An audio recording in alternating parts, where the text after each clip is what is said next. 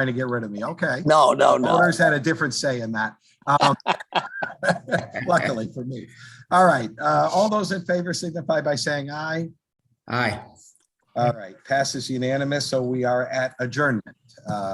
I do, before we adjourn, before I accept the motion to adjourn, I just want us to be aware that the town manager, the finance director, and I had a discussion, about a month ago, and we're starting to get some updates as to how we are faring with meeting the ARP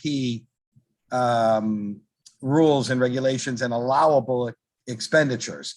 And I envision us having a budget meeting later in the month, probably on the 25th, if that works. If not, we have to do it in early February. But whenever Jim Jascott's done with more number investigations and just confirming that the $3+ million that we've already spent is properly allowed to have been spent, that seems not to be in question. It's what we may need to do to spend the remaining $5 million that we need to be careful of. And as such, I think we want to have that as a special topic for us. And if we're going to have a full council meeting on the 25th, if you guys are ready in finance on this, maybe we can meet, an hour or 45 minutes before and have this as a topic of discussion. In addition to that, the mayor has asked that we look into the medical trust fund. And that's been a significant issue, especially with regard to the education side, and continues to be. And so we really do need to have a look at that. And maybe that night we could start a discussion looking at that, but we need to have a big, broad discussion on that, a separate night dedicated just to that, I think. And we can figure out what works with scheduling and stuff to maybe do that in February prior to the budget coming out March 10th. So just to give you a heads up. Going to be also before we could adjourn, I don't see the fair housing policy in our packet. Is that correct? I It's saw. in In the consent. consent calendar. It's in consent, as is the motion. Okay, the motion is part of the consent. Yeah. Thank you. Yeah, there we go. Okay. And Jim, I think that's the exact same language we've adopted for the past number of years as required by the state. Yeah. Yeah, I'm sure it is. I don't see it. If you find the consent calendar, item 5, it's the bottom of the first page, continuing on to the back of onto the second page. It's unusual to have a motion within the consent calendar, but the state law mandates that we adopt the actual wording, and rather than make it a separate item on the agenda, because it is pretty straightforward, it was just added this way. Okay, that's fine. And I didn't see it on the agenda. Are we gonna discuss the property tax changes in budget or no? Property tax changes, meaning the senior tax abatement? Yeah, I noted that too. And to be honest with you, I didn't notice it until yesterday. So it was late to add it to the budget. But Jim, just as an FYI, if I may, Mr. Chairman, there will be a referral to budget to review that whole policy, even though we intend to adopt as is. We think it is timely to have budget take a look at this to see if we should be considering an uptick in our levels. So there will be a referral tonight, just a preview of that, to have budget take a look at this. So instead of the resolution, we're gonna have a referral? No, there'll be a revolution. I can further it. There'll be a resolution to tonight? approve so that we can do that, and then we can review it with timeliness so that it can be, if changes are sought and the council agrees, we can do it on a basis that allows us to get it done in time. So, Okay. Jim.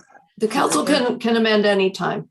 right. Right. And just to get this on the books for this year, because we may not make the change for this year, but I asked Tim if he could refer this issue to us, because I would like us to have a broader discussion in how it relates to some of the upcoming large capital expenditures we may have and the burden it may put on this segment of the community. And when we started this program and adopted it in 1988, it really has blossomed to be an important, valuable program. And I don't want to stop it for this year. And we they have to have the paperwork in soon. So we want the assessor's office and the tax collector's office to know that we're moving forward with adjusting the limits to coincide with some of the state adjustments that are made for this year. But going forward, I've asked that we have a larger discussion, and Tim's going to assign it to us, that we do that probably just prior to budget, so that we're not burdened in April and May with the budget discussion as well. So this may be a February or March discussion, and it will be an ongoing discussion. It took a long time to set this program up. Once it was set up, it really hasn't made a lot of significant changes, but it's time to look at it again and its purpose, and trying to make it easier for seniors to stay here in town. Right. Okay. All right. Thanks. Thank you. Thanks for bringing that up. I did notice yesterday myself, it wasn't on there.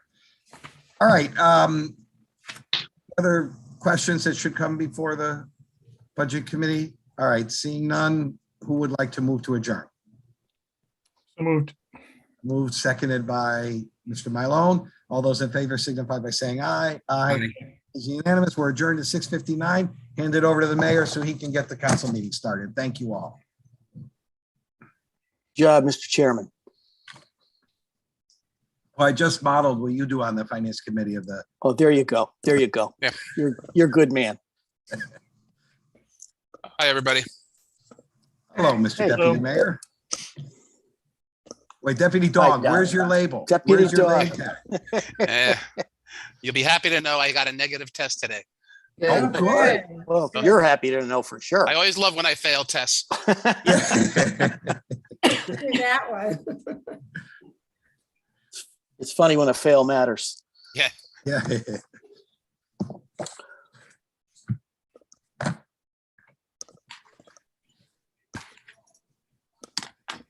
Okay, it is now 7 o'clock. I will call to order the town council meeting of January 11, 2022.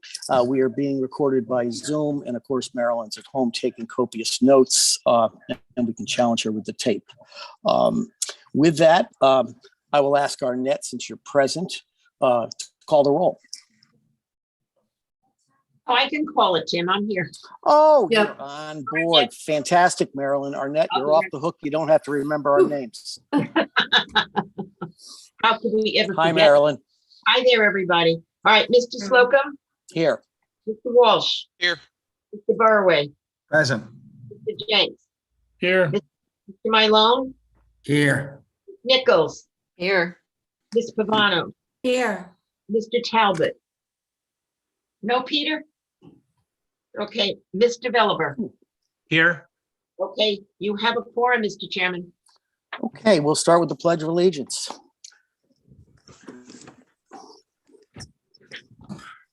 I pledge allegiance to the flag of the United States of America and to the republic for which it stands, one nation, under God, indivisible, with liberty and justice for all. Now, just a bit of housekeeping, everybody. Tonight's public hearing has been canceled because of our rather quick change to Zoom and our incapacity to be able to permit a public hearing on such short notice, even though it was properly noticed. Just a matter of making it fair and open and available to all. So that is going to be removed from our item. But I do also want to make a general statement about the whole topic. Our topic of a public hearing was with respect to the merger of the Energy Commission and the Environment Commission. So I just want to basically make a general statement for obvious reasons, because I don't intend in the near term to be having a public hearing on this subject. The town has approximately 200 citizens who volunteer their time on various elected and appointed boards and commissions. They give their time and effort for the betterment of the community. I know this, and I'm thankful for this. As some in the public know, the council has committees of the council, some of which have been modified and/or merged in the best interest of the town and the council. In the matter of the Environment Commission, members of the council were aware that currently directed and managed, this commission rarely met, and often for a lack of business. As liaison to this commission, I became frustrated. Environment Commission's members were also frustrated. Late last year, Ordinance took this up to review. With my support, consideration of a merger with Energy Commission was advanced to the public tonight for public hearing, which has been canceled due to COVID. The proposal has been considered tonight, would have been considered tonight and potentially acted upon, is now being withdrawn. Many of our council committees should be reviewed by the council together with their chairpersons to be certain yesterday's objectives match today's needs. This can and should happen with the Environment Commission. I would like to state publicly that there is a great deal of misunderstanding from some members of the public on what the Environment Commission does and can do. That's fair, but some clarification should be made. This council and its leadership appreciate the environment, support publicly owned and managed open space initiatives, and act upon these opportunities when and if economically feasible. The town's capacity to obtain grants is not diminished at all if we don't have an Environment Commission, an Energy Commission, or any commission at all serving the council and its needs. A very recent and obvious example of this is the recent acquisition of the Fen Moran property, a cooperative purchase by the Cheshire Land Trust, Regional Water Authority, and the town. The town was able to identify a state grant that helped offset our expense by nearly 50%. We will take into consideration any and all suggestions coming from the public in this matter. And because of the large outpouring of public interest in the Environment Commission, I expect to fill a stadium with members to that commission. Let's hope we can hand them an agenda. So again, that's where this matter is going, and it will resurface in a general review of all our committees and commissions. And I thank the council for their time, and I hope this reaches enough members of the community so they understand our intentions and our recommendations.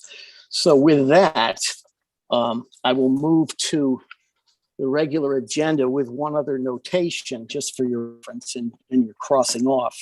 Item B will be removed from new business, as will item G. Okay. For different reasons, obviously. So with that, I'll ask if there are any public communications. And with that, I know we begin with a COVID-19 update. Sean, I believe you're going to be making that. Sure thing. All right. Thank you, Mr. Chairman. Can you hear me okay? I can. Microphone working. All right, great. I'm going to try to share my screen. I know we're a little out of practice being on Zoom here, so I hope I can still do this. Bear with me 1 second. Okay. Are you seeing my screen? Yes, sir. All right, perfect. So I will do the COVID update again. This is sort of half of the town manager's report as it typically is. So I'll just kind of stop after the COVID portion. Again, no surprises, but a big change from our last meeting. COVID cases are up significantly over the past 2 months now. As of Monday, yesterday, our local estimated positivity rate, which we average over 7 days, was 16.8%. That equates to 746 positive tests in Cheshire out of 4,450 tests. And that's up from 5.2% at our last council meeting. The rolling 7-day average, which is the metric, the yellow line that we track there, is up to currently 13.3%, and of course is only going to rise, as you can see above the yellow line. The blue reported lines pulling it upward. You can see the very steep increase there. Again, this is not unsurprising for what we're seeing across our region. Certainly, Cheshire has stayed in the red level.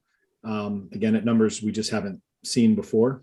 Last month, we were at 41.7 daily cases per 100,000 from the metric that the state uses. We are at 137.7 as of Thursday of last week. To date, we have increased a little bit our vaccination percentage here in town. We are up 2.35% over the last month's meeting, now to just under 85% of Cheshire residents of all ages who have received at least one vaccination dose. The big topic, as the council is well aware from the last week and a half, has been testing and the lack thereof. We do want to direct folks to our website and make them aware of there are 94 testing locations in the greater Cheshire area, what we call Demas Region 2 in our region of the state. A list of all of those and how to access them is available right here in the report and also right on our homepage of our website. Following calls we had yesterday with leadership at Hartford Healthcare, they did just announce an additional drive-through location at Mid-State Hospital, very close and convenient for Cheshire residents. But all of their locations are available for testing through this Hartford Healthcare link on the Hartford Healthcare website for coronavirus testing. And similarly, I have a link here for the Yale New Haven Health testing locations and appointments. I'll remind folks that the town was successful in procuring a large number of N95 masks. We've been giving those out since Thursday at Town Hall, the library, and the Senior Center. One mask per household member. So a family of 4 in a house can take 4 masks if they show their ID at any of these locations. Just since Thursday, we have given out 3,600 masks this way. So thank you to everyone who's been participating, including my office, as we've navigated this program that we pulled together. That's in addition to the 2,800 we gave out at the test kit and mask distribution last Tuesday. And just sort of wrapping up with that, just to reiterate the experience that we had last week. We received a very limited supply of these at-home COVID test kits. We knew the demand was off the charts and the supply was very, very small. Nonetheless, after picking them up on Sunday, we did distribute 1,440 at Quinnipiac Park on Tuesday evening. The remaining kits from those we received from the state have been designated for critical workforce needs, including our public safety and public works operations to keep our critical municipal functions going. A very limited supply of 90 kits were made available yesterday for the Senior Center. Within the first few minutes, we received 135 calls for those, and they were all spoken for within literally minutes from 9 a.m. when they were available. Additional kits are being distributed actively to congregate settings, group homes, and daycares in Cheshire from the allotment that we received. I'll just stop sharing here to answer any questions, but I do want to reiterate a couple of quick things. One, this is clearly affecting the workforce. We have a number of departments that are operating with very thin staffing. Our police department has had a number of COVID cases and close exposures. The 5-day return policy has helped because we're able to bring people back. But I just appreciate everyone, bearing with us. In some of our departments, currently Recreation is very, very short-staffed. It's a challenge as we get through the next couple of weeks. We appreciate everyone's patience. The other thing I wanted to mention from the call we had with Hartford Healthcare leadership yesterday is just to remind residents the place to go for testing. While there's a number of options and more coming online, and these at-home kits are more and more available if you could get them, and now they're reimbursable. But the place to go for testing is not the emergency room. They have had people literally call 911 to try to go get in an ambulance and go get tested for COVID. If you're not symptomatic, that is not the thing to be doing. So they did ask that we spread the word. Please don't go to the emergency room for COVID testing. You're taking up space for other folks in critical situations. So the folks at Hartford Healthcare asked us to spread that word, and so but I do so right now. That's all I have. Thank you, Mr. Chairman. Sean, I had 2 things, if I may. Number one, as I noted, Hartford Hospital epidemiologist today was quoted as saying he expected this to be peaking around this weekend. I was rather surprised, and I'm sure you can't address his study on this, but it was interesting to hear such a report so soon. We're thinking we're in the middle of this, and again, doesn't mean it's over by the weekend, but I think the peaking of it was their general thinking, and they weren't afraid to make it a story. I thought that was interesting. Yeah, I think that's I'm optimistic that that's true. I have talked to we have a Cheshire resident actually who's a Yale epidemiologist who I know who is often reports on some of these things in the news as well. And he said within the next week or two he believes that's true as well. So I hope it's sooner than later, because we could certainly stand to go down from this as quickly as we've gone up. And while this isn't a question, I think it's an appropriate time to bring this up, since many of us on the council have received letters from members of the community, concerned citizens, requesting that we mandate commercial establishments in town be requiring masks.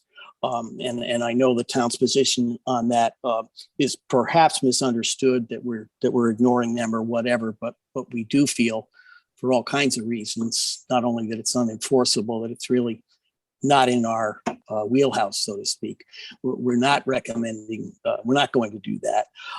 And number two, I've also observed in one retail establishment today, and I don't know when they put the sign up, you couldn't go in without a mask. They certainly, as a business, had opted into that decision of requiring masks.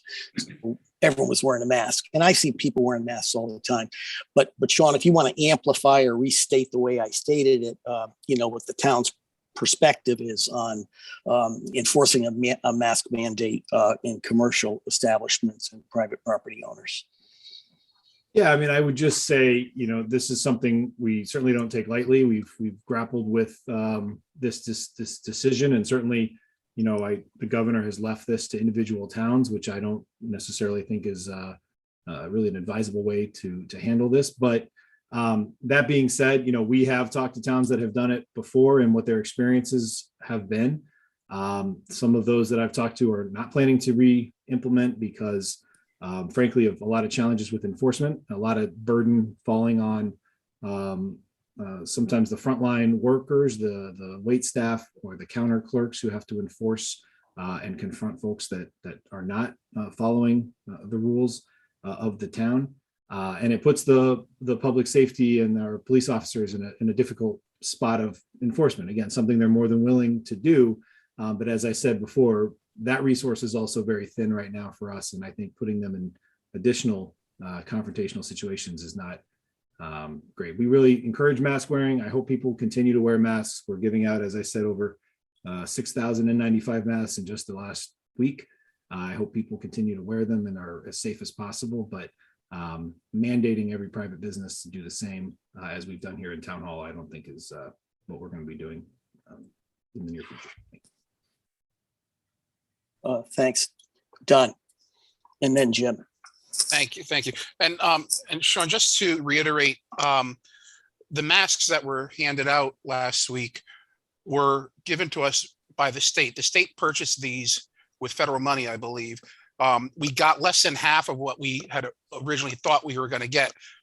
And first of all, I want to congratulate you and your staff for all you did to get the masks out in a very, very well-planned way. I know everybody has their own plan of how it should have worked. I think you guys, John, I think you mean the test kits, not the masks. Test kits. I'm sorry. Yes, the test kits. Yep. Yeah, I think you guys had a very well planned out way of handing them out, and I think what you guys did was remarkable considering the amount of people who were interested in them. But I just want to. I think some people thought the town purchased these test kits, and this was not purchased by town. I believe the state spent $18 million on test kits or something in that range with federal money. So will it happen again? I don't know.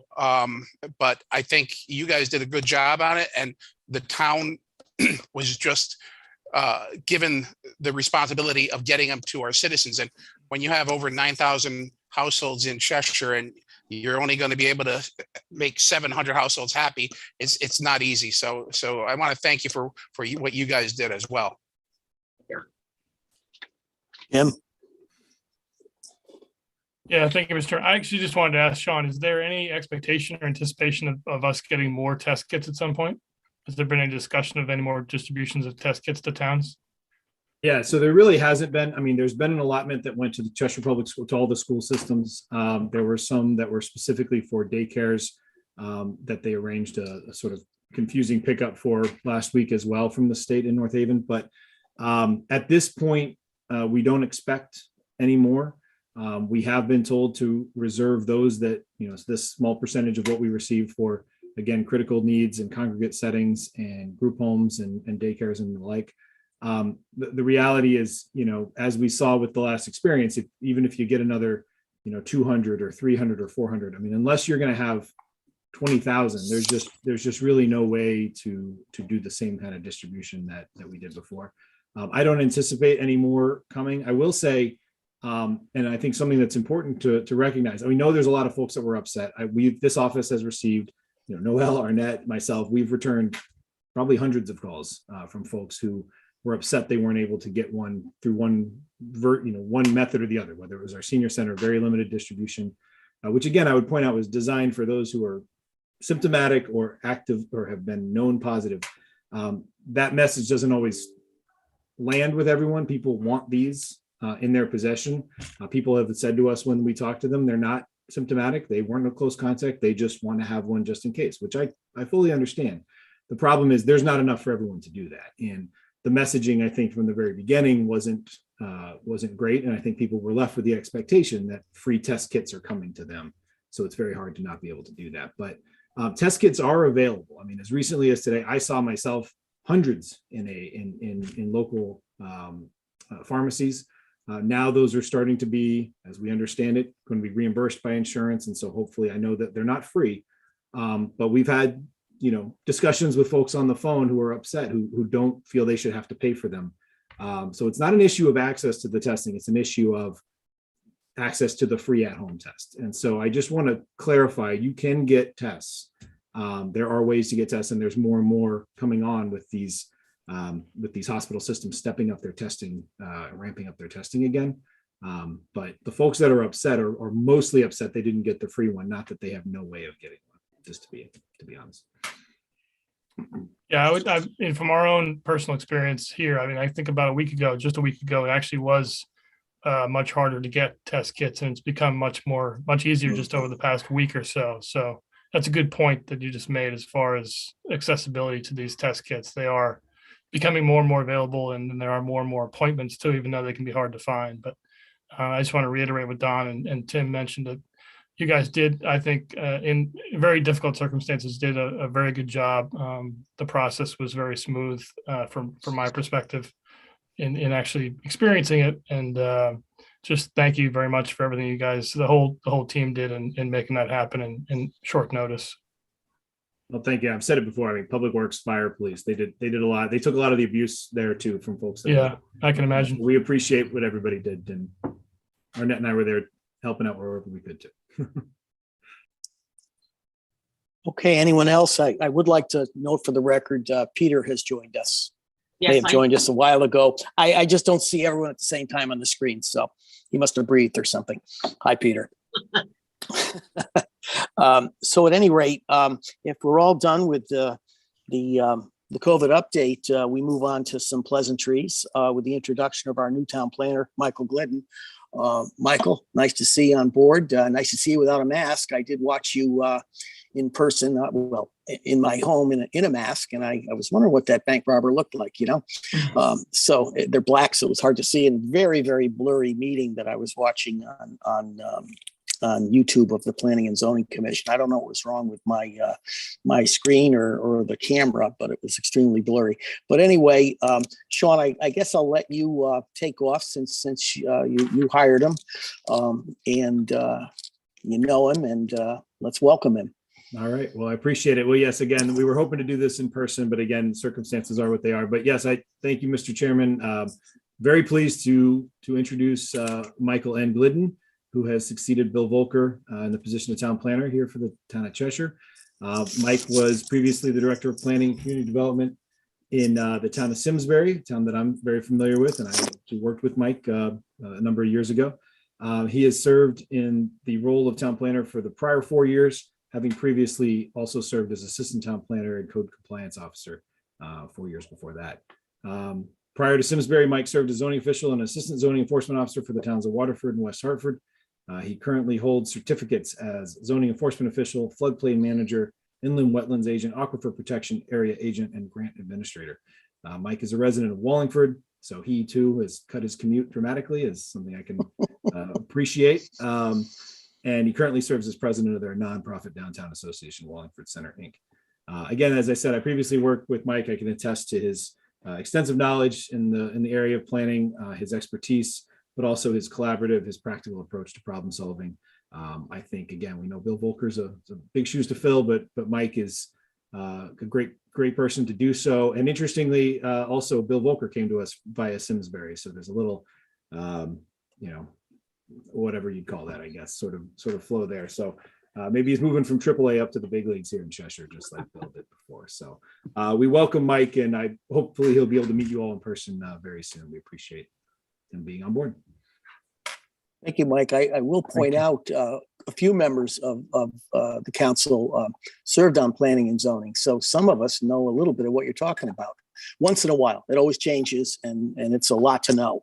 And I was impressed with your deft approach last night with speaking when you felt you needed to, and mostly just being there as the commission did their thing in those public hearings. It was, I thought, well executed, and thank you for that.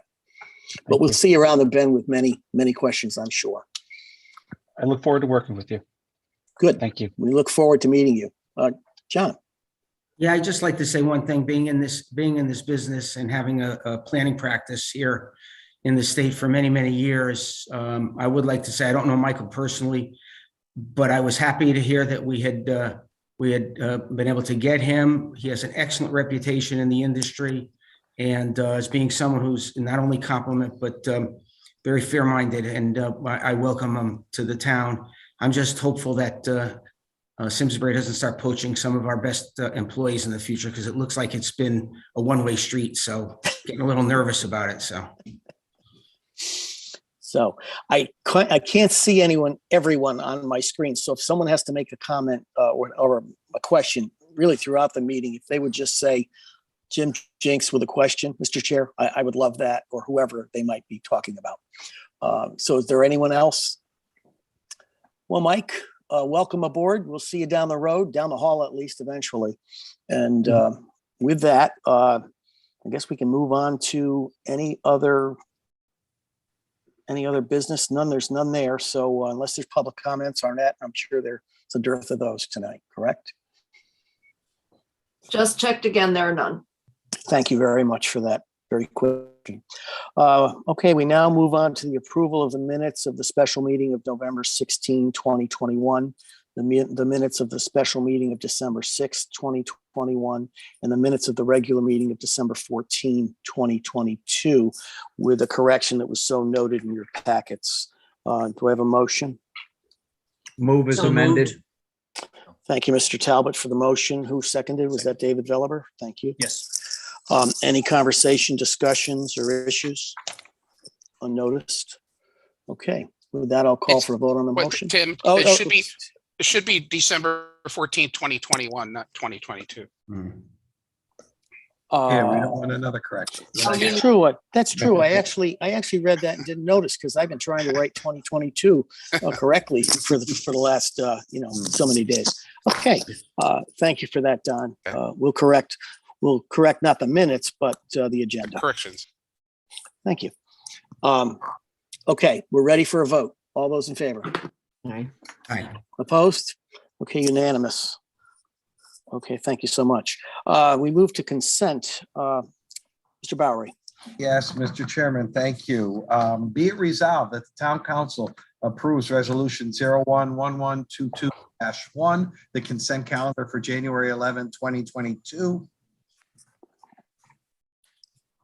Okay, and we have a second from Mr. Jenks.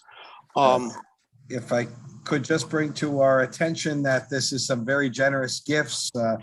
We've been receiving them every month. A very generous, over $5,000 from the Shaw family for mental health, which is really a major issue right now with the pandemic and all. But it also contains the actual written language of the fair housing policy, which is continued from last year's same language and all, but it's actually written in the wording of the policy and the motion in the agenda, in the consent calendar, which is a little unusual. So I thought it warranted an explanation.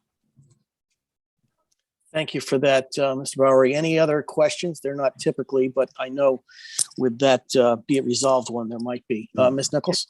Yeah, as liaison to performing fine arts, I just want to acknowledge their appropriation of about $1,700, almost $1,800, which will be applied to their scholarship fund. They ran a very successful fundraising program, as they do annually, and all done by volunteers. And if any of you attended, it was a wonderful event, but it's an $1,800 contribution to their scholarship fund. So thank you for all the hard work to put that event on. Thank you for that, Ms. Nichols. Okay, with that, I'll call for a vote on consent. All those in favor? Opposed? Motion carries unanimously. Okay. I'm going to do a page turn here. We have no items removed from consent, so we move to old business, which is a call for a public hearing for the Blight Prevention Ordinance, which we will do that call. I'll ask for a motion for that call, but there will be a new Blight ordinance furthering public hearing, just as an FYI, as opposed to the one that's currently attached here. At least we think so. This will be moving to ordinance for a more clarified, rendering of the document due to some changes that were recommended by our new town planner. I think that's the short of it. But again, I believe we can certainly call for the public hearing because we'll have that all accomplished by the time it has to be noticed. So with that, if I could have that motion, Mr. Belliver. Thank you. Yes, I'd like to call for a public hearing, and I believe we're going to set that for the second meeting in February. That would be February 22nd. January. No, I think I thought we were going to do. I thought we could still do February 8th, but you Okay. clarify with who we can. It's really ordinance that sort of drives the bus on this, and then gives us the timing to get this we could publicly. we could noticed. definitely have it. We could have it set. I thought when we talked about it, yes, we were going to the second meeting, but we could definitely set that public hearing for February 8th. We're going to have another ordinance review committee meeting to make sure we hammer out what language, to make sure we know exactly what language we're sending out for the public hearing. So we're going to push that. We have a meeting next week and then have the public hearing if we need one on February 8th. Well, either way, we'll need one. Either way, we'll need one simply because we're not having, whether it changes or not. And we will, Peter, you had a comment, question? Yeah, just to clarify, I mean, from the ordinance review the other night, we had talked about the changes from Mr. Glidden being pretty much, copy and paste. And the town attorney was comfortable with the language that had been provided. And it was my recommendation at the ordinance review committee that we utilize the second meeting in January to get the public hearing and then the blight ordinance on the business portion of that meeting. Yeah. Peter, in speaking with the town attorney, as well as having a chance to look at that, I think there may be some additional, there may be some language changes after Jeff had a longer time to look at it. There may be some additional changes or different comments that the ordinance review committee might want to take a look at based on some of the questions he had in the draft that went out in the packet. So, hey, Dave, I think we'd like to have an opportunity. But by the way, we still need a second on this. So, Dave, I believe though there's a 15-day notice that has to be. So we want to make the 15 days if we called for it today. I mean, I think our town attorney could clarify that, but I think that's what 10 days. one of the reasons was. It's 10 days. 10 days. Yeah, it's 10 days. Okay. So 10 days. So we could Okay, do it. so something really has gotten past me, and thank you for the wake up. I think it was developer. We do need a second. We've done all the discussing. Second. Thank you, Mr. Talbot. And do continue, please. We won't forget that you're talking. So Who made the motion? Who seconded that motion, please? That was seconded by Mr. Talbot seconded. Thank you. Yes. So Peter, there will be we will at the recommendation of the town attorney after discussion, I think we should have another ordinance review committee just to hammer out the language versus what we have versus what has been suggested. We had a cursory look at it and I think there's some good suggestions there. We may want to just fine tune some of them as we go forward. They were great suggestions, and Mr. Glidden, thank you very much for jumping in on your very first week. One of your first projects is to review the proposal, and so we appreciate your comments on that. And they are generally plug and play, but there may be some issues as far as some discussion on some of the additional wording, especially when it comes to some of the what we have currently in the draft versus what's been recommended. So I think we would want to have a chance to really, now that we've had a chance to look at it, because we saw it for the first time at the meeting, there may be some opportunities to have some fine tuning of that language. So think we're going to have an ordinance review committee meeting next week to hammer those out. And then that having it on February 8th gives us enough time to do that and get it out for public hearing notice. Okay, thank you for that. I presume there's no other discussion on this and we can vote on that.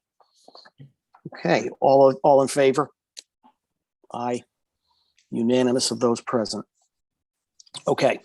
The next item under old business is the school modernization update. And with that, I'd like to pass this hat along to Ms. Nichols.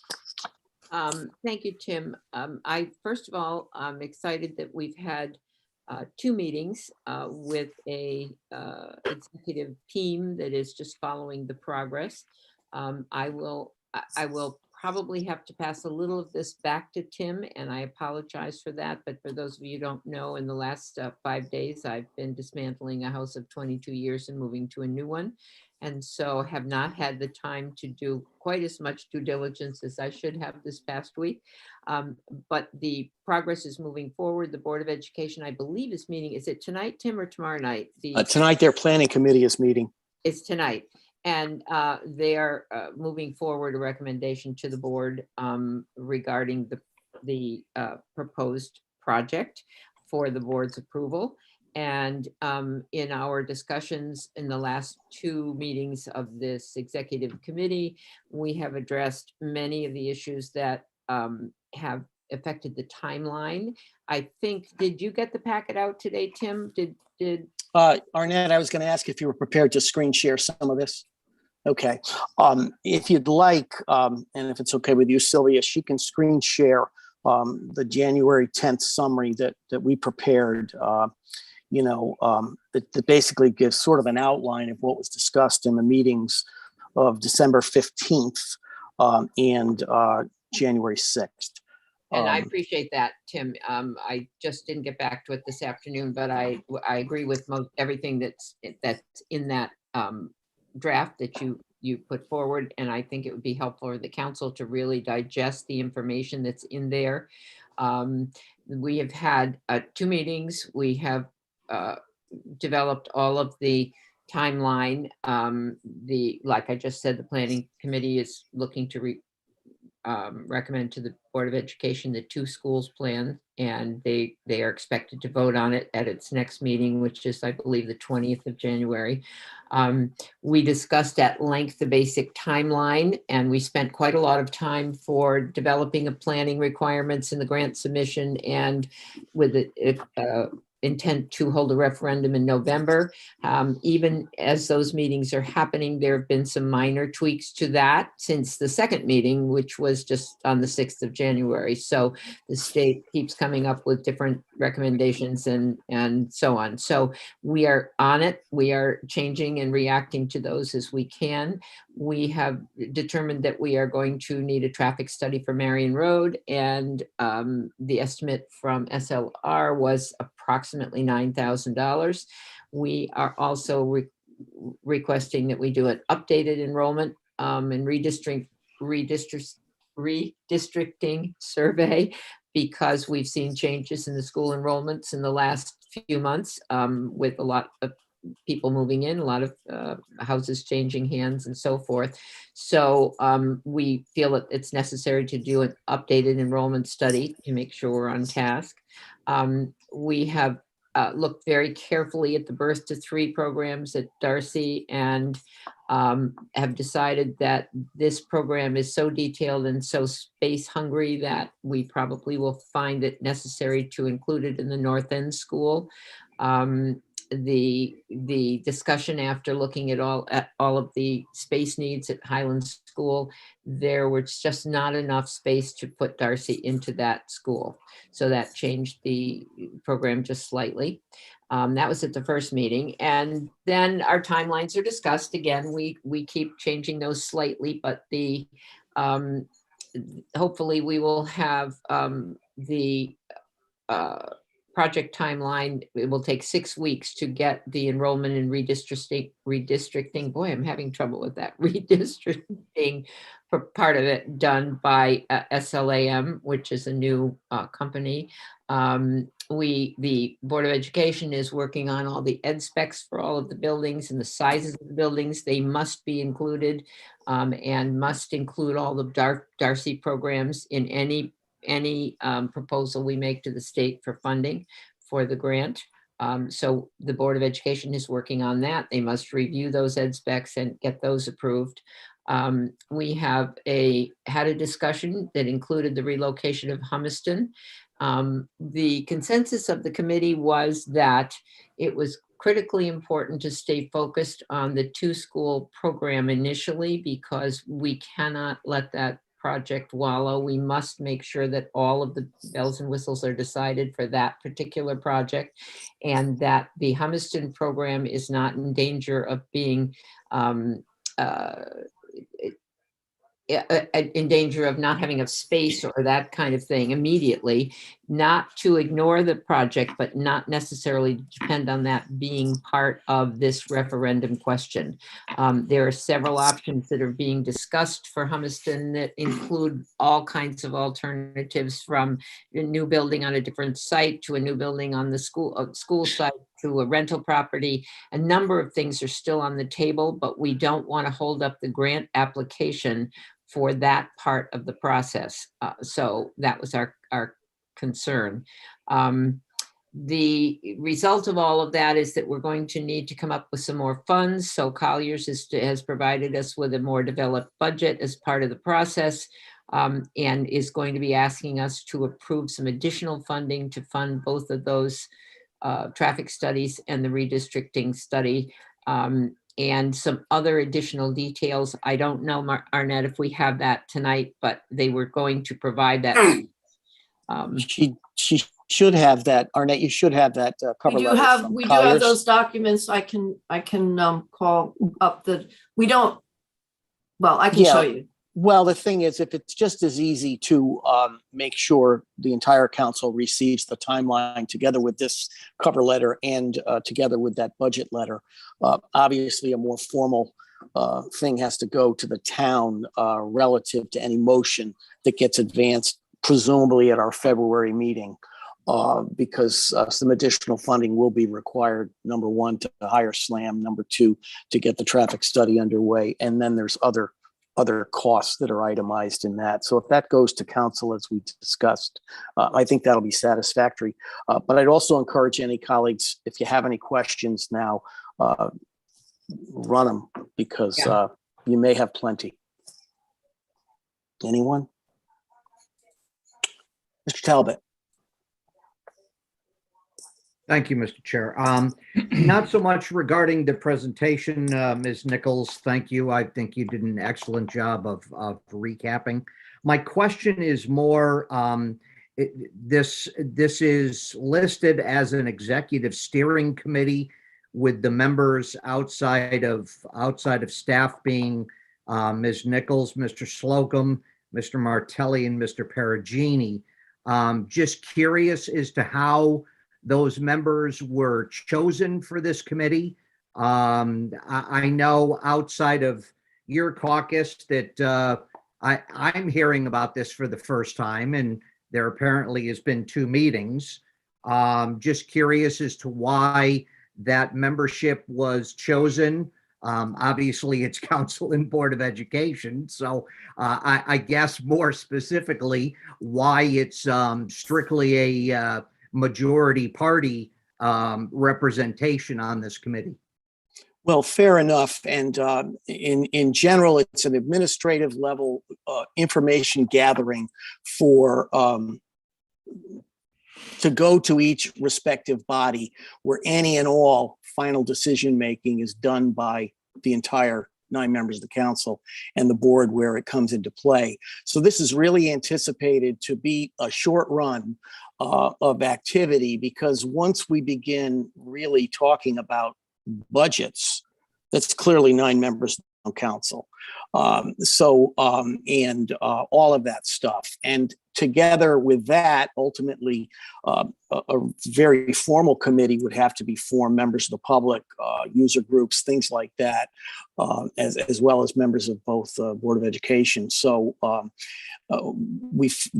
I was led to believe and feel completely comfortable that what we're doing is essentially gathering information, providing some direction without a question, but also doing nothing more than delivering this to the respective bodies so that they can do what they have to do as it pertains to any and all economic decisions that are being made. And so in the small group, we can do it. We're not breaking any rules, and we certainly intend to be reporting this very, as often as need be. It'll be under old business for as long as the calendar goes on this year. May I Does that comment? satisfy some of your question? Go Can ahead, Sylvia. And I answered that. I agree with Tim, and I understand your concern, Mr. Talbot. This, at least from my perspective, my job on this committee representing the council is to represent all of you. Certainly would expect to hear input from you as we go along, as we report these things, but it's not meant to be a political committee in any way.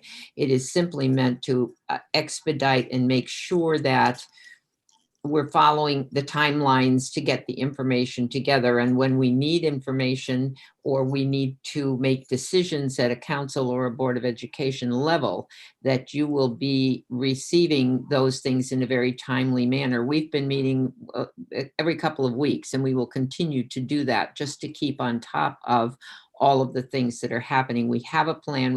You'll see the timeline when you get it. It is a very tight timeline in order to be able to get all of the information gathered from all of the sources prior to that grant application. And as witnessed, we had a meeting on the 6th, and on the 8th, we got some changes from the state of Connecticut as to what they're going to require for the grant. So already we're going to have to do a little more restructuring as to who does what and when it gets done and in what timeline.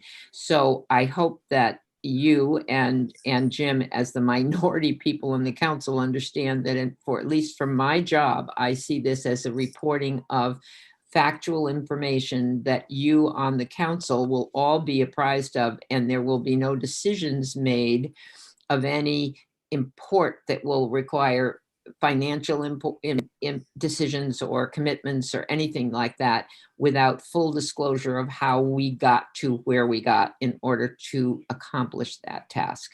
So I understand your concern.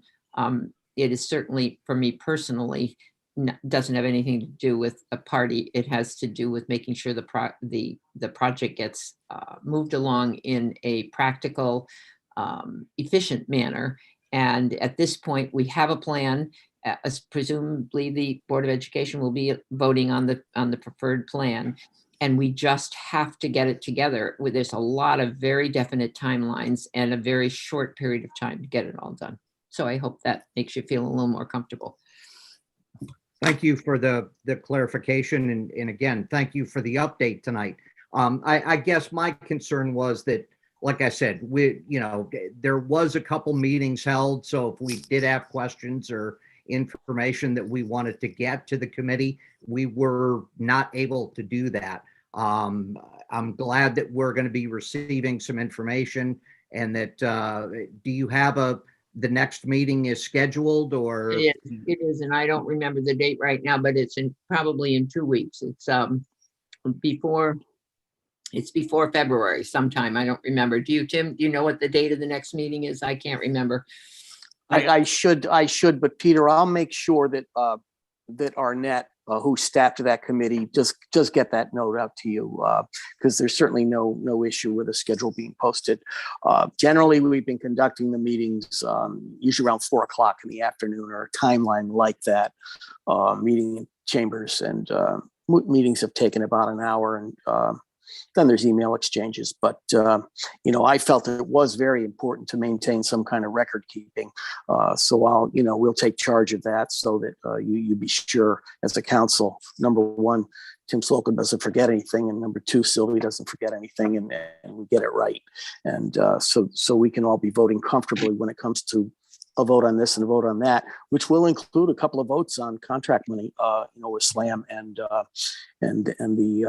the other people. And there's some other budget numbers. So you'll see everything. There's nothing hidden at all. With regard to the timeline, and I know you're going to send it out, but just a quick question. You want to put it up there? Could you put that up there, Arnett?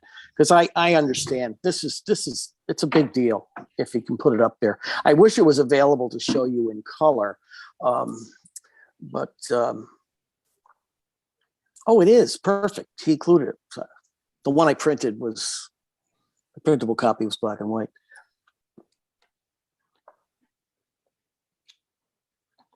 That's perfect. And in living color, it answers my question. Yeah, you'll get it in color. Yeah. Regarding the date of the referendum, but it does look like it's going to be November, because I know that it was talked about possibly in the spring and doing something at some other time. But I'm very happy to see that that this is going to be held as part of the regular election in November. So Exactly. my question is answered. Thank you. Another thing, Peter, just to that point, because we did discuss this timeline, obviously.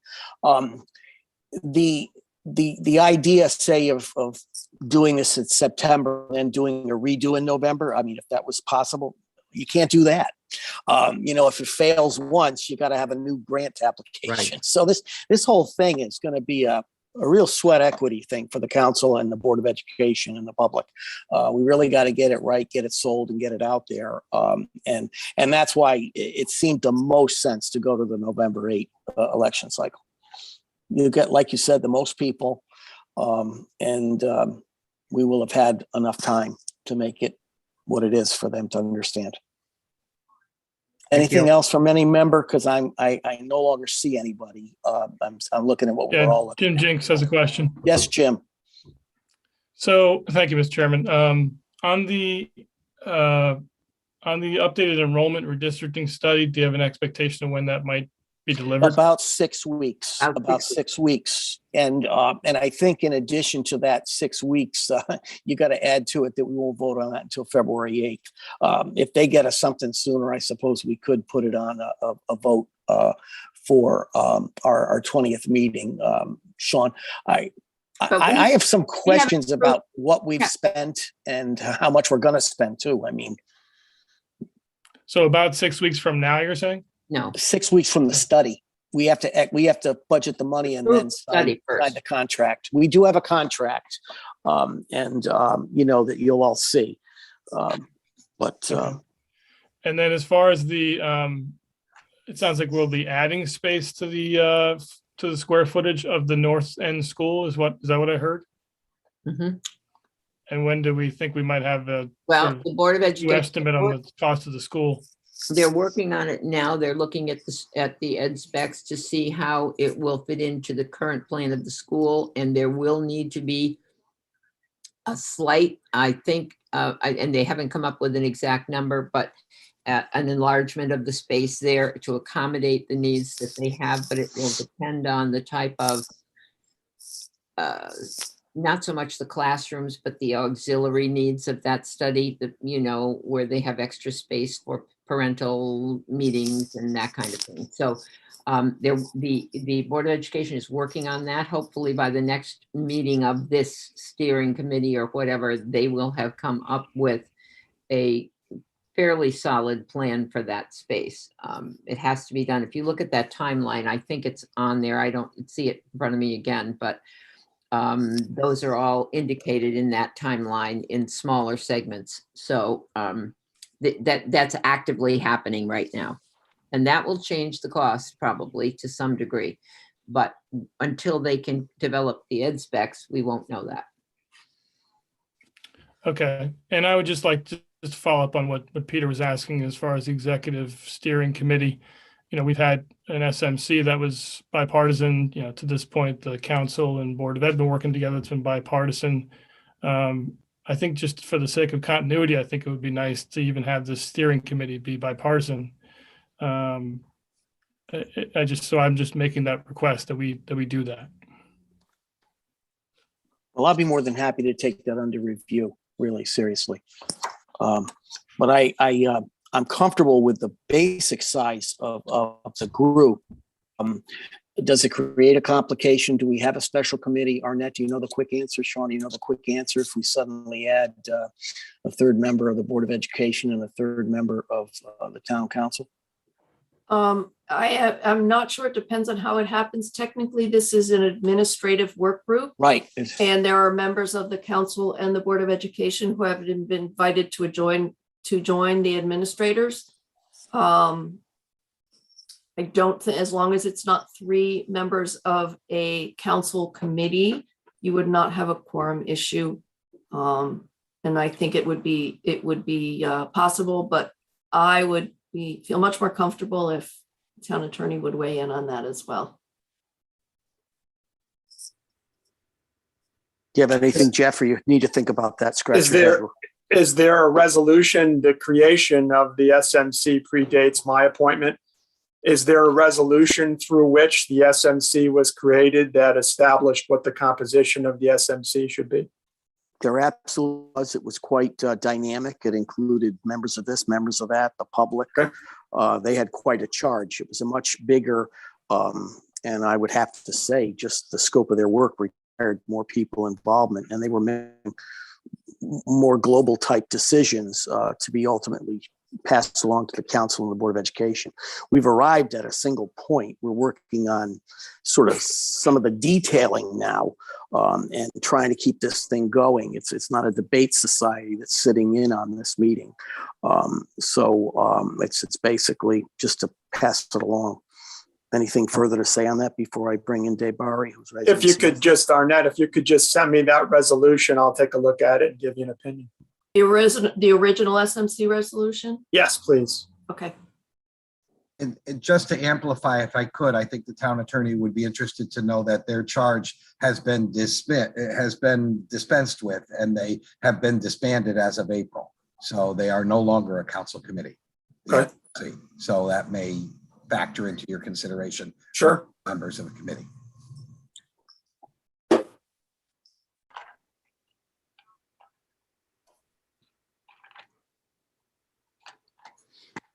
Anything else? David, if I could Arnett. Tim, I'm looking at Mr. Borrowy. It's fine. People on the screens. I just wanted you to know that you should have received all of this documentation, the lovely colored document that was on the screen, the cover letter from Collier's. There are 2 proposals, one for the traffic study and one for the enrollment study, and all of that information has been sent to you by email. If you do not receive it, please let us know and we will get you another copy.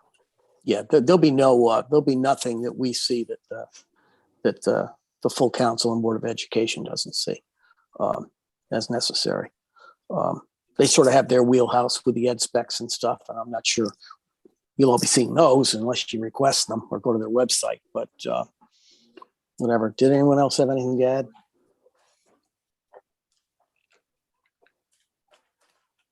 Okay. Well, that's the report, I guess, and we'll get back to you on your thoughts there, Jim and Peter.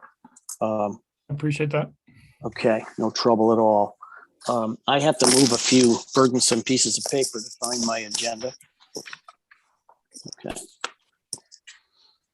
It wasn't too hard. I found it. We're now going to move along to the discussion and action regarding the appointment of our proposed town historian. You ready to take that one on, Ms. Nichols? I am. This is a resolution that will be before us to reappoint the position of town historian and to reaffirm the responsibilities. So be it resolved that the town council approves resolution 0-11122-3. Be it resolved that the town council adopts the following guidelines to clarify the term duties and responsibilities of the volunteer town historian. Number 1, the appointment of the town historian is a 2-year term. The appointment is to be made after the election, the first meeting, that sentence doesn't read correctly. The appointment is to be made the first meeting, maybe after the election of the town council, and is effective February 1st through January 31st. Clarify that for me, Arnett. The appointment is to be made. That the intent is that the appointment is to be made after each new council. Okay, takes its- all right. a new After the term. election of the new town council and is effective February 1st through January 31st. All historical artifacts given to the town historian are the property of the town of Cheshire and shall be turned over to the town Board of Education or Historical Society at the discretion of the town manager. And 3, the town historian will provide the town council with an annual list of key priorities. Be it further resolved that pursuant to Connecticut General Statute, Section 7-1485D, the town council appoints Diana Calabro of 1731 Peck Lane as the Cheshire Town Historian for the term from present to January 31, 2024. A motion made second. Second. Thank you, Mr. Belliver. I would like to note for the record, in case you're not all screen sharing on the same page, but Diane is with us. And Diane, I wanted to welcome you on board. It's probably just as easy for you to speak for you than it may be for someone like me or Sylvia for that matter. So since you're here, would you mind introducing yourself to the council? Not at all. Hi, Thank good you. evening. Hello, everyone. My Hello. name is Diane Calabro. For the record, I live at 1731 Peck Lane here in Cheshire. I've been a Cheshire resident since 1989. I married into Cheshire. My husband is Dave Calabro, who is a Cheshire native. I had my volunteer experience that's history related is involved with the Historic District Commission. I started volunteering with the study planning group in 2001 or so, carried on with them on the commission itself. And then somewhere in that time period around 2003, 2004, I started volunteering at the Historical Society. In 2012, I became the president of the society, and I have been the president of the society right up until about 2 weeks ago when I stepped down to take on this role.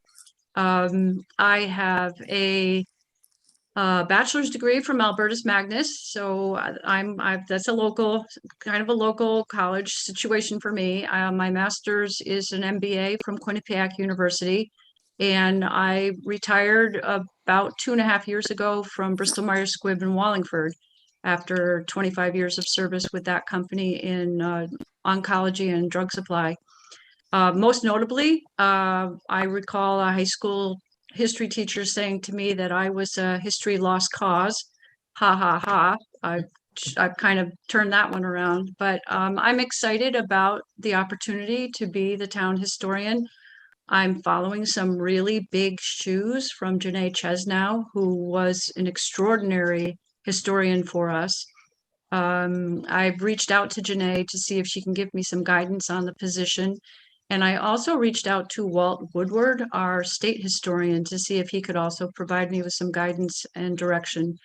I'm really excited about this. Having been at the Historical Society for so long, I can tell you a gap area for us is 20th century history. And the changes that have happened in our town in, say, the last 120 years, that's an area that's well worth capturing for our local history. Does anybody have any questions for me? I'd like to comment, Diane. I think it will be a win for Cheshire to have you there. Janae was and is a guiding force in the historical process in Cheshire. I have to laugh or smile a little bit about getting the modern perspective the last 120 years, right, of the upgrade. Right. But I think you will do a great job, and I'm pleased to have been able to nominate you for that position, and I look forward to seeing what you're doing. Oh, thank you. Thank you. That means a lot to me. Thank you. Thank you, Sylvia. Anyone else? Mr. Bowery.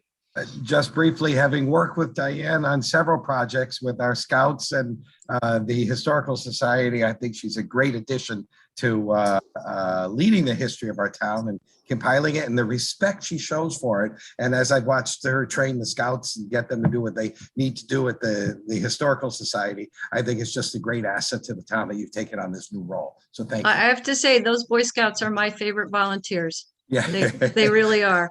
Yeah. No arguing from them. That's a nice thing. Yeah. No, they're just very enthusiastic and they're always so willing and they have so many wonderful ideas. Yeah, good. Thank you. Thank you. Mr. Talbot. Thank you, Mr. Chair. Diane, welcome. I think you'll be a welcome addition to the town historian position. Janae did a fabulous job. And in fact, Mr. Chair, if someday we're back once again to meeting in person, I think it would be absolutely appropriate to invite Janae to a meeting so that we can thank her in person. But Diane, thank you for your work, your past work with the Historical Society, and we look forward to your efforts as town historian. Yeah, I understand that my next action item would be to submit some type of proposal of what I might like to consider going forward. So I'll provide that to Arnett and to Noel. And what I'd like to do is talk to Janae and talk to our state historian first, and then put that proposal together of possible projects and plans. Great.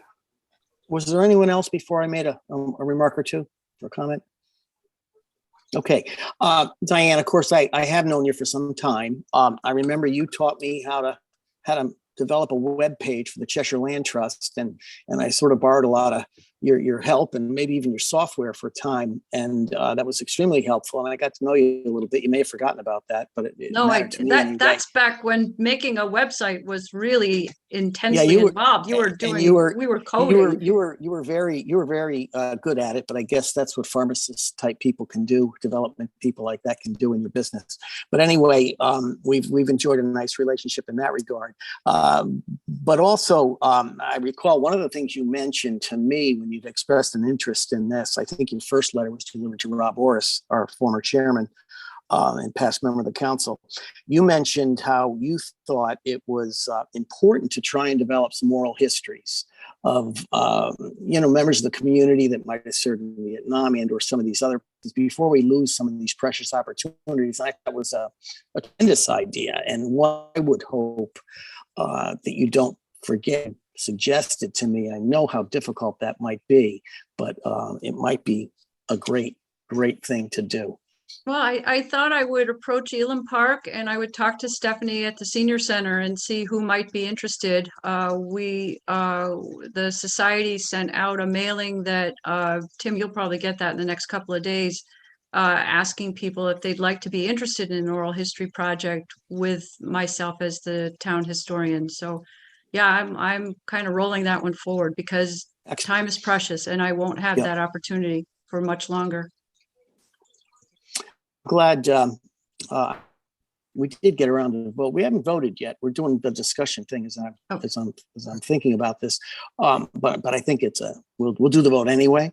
But I did want to mention to Peter that it was our intention to do a couple things tonight that have been impossible to do. And one of them was to have Janae here, sort of doing the holy handoff to Diane and really getting the thanks that she has earned and deserves.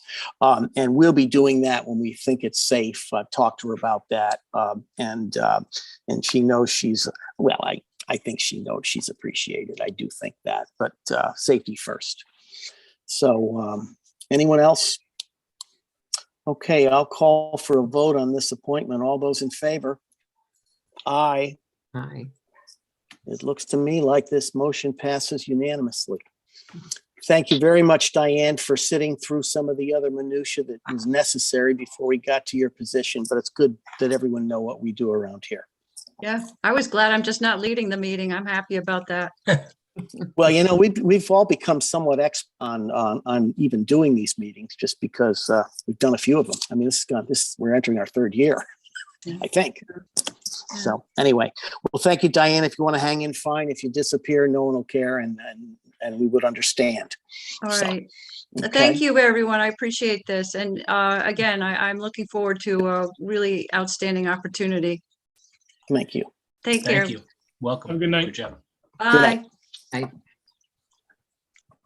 Okay. Now we go from something very pleasant to something probably some of us are scratching our foreheads over, and that's the discussion and approval of the merger of Bartland Park properties. We thought we owned them all, right? But there's something behind all of this. So with that, Mr. Veliber. Thank you, Mr. Chairman. Be it resolved that the town council approves resolution 011122-5. Be it resolved, the town council approves the merger of the Bartland Park properties pursuant to the attached map. Second. Okay, we have a motion before us and a second. It obviously does require some discussion. We all had a map, which to me was, almost too small to understand, other than I can see three or four or five pieces of a larger piece. So you prepared, David? You want someone else to talk about that? I think it ultimately, I talked to Sean a little about this as well. And it ultimately, in the end, right now, according to the Bartland, what we consider Bartland Park is broken up into multiple parcels, made up of multiple parcels. And this resolution would just essentially eliminate the interior lines among all the properties that we have and eliminate some of the setback requirements for each of those properties. So it would create one large property instead of four smaller properties. It would make future land use applications more straightforward because there would be no interior lines or setbacks. And now also the property can be described as one large piece instead of four consisting of four smaller pieces. So for development property, for development purposes, as well as just sort of housekeeping, this really makes it easier for the town to address some of the things that we're going to be doing with the property over the next couple of years to make it easier and more streamlined. Okay. So our vote is a magic eraser, basically. This doesn't have to go to planning and zoning. Is that how I understand it? Correct. Okay. Okay. Anyone else with questions? Peter. Mr. Talbot. Thank you, Mr. Chair. Just trying to get off mute. So the understanding that we're combining the properties and it's kind of housekeeping work.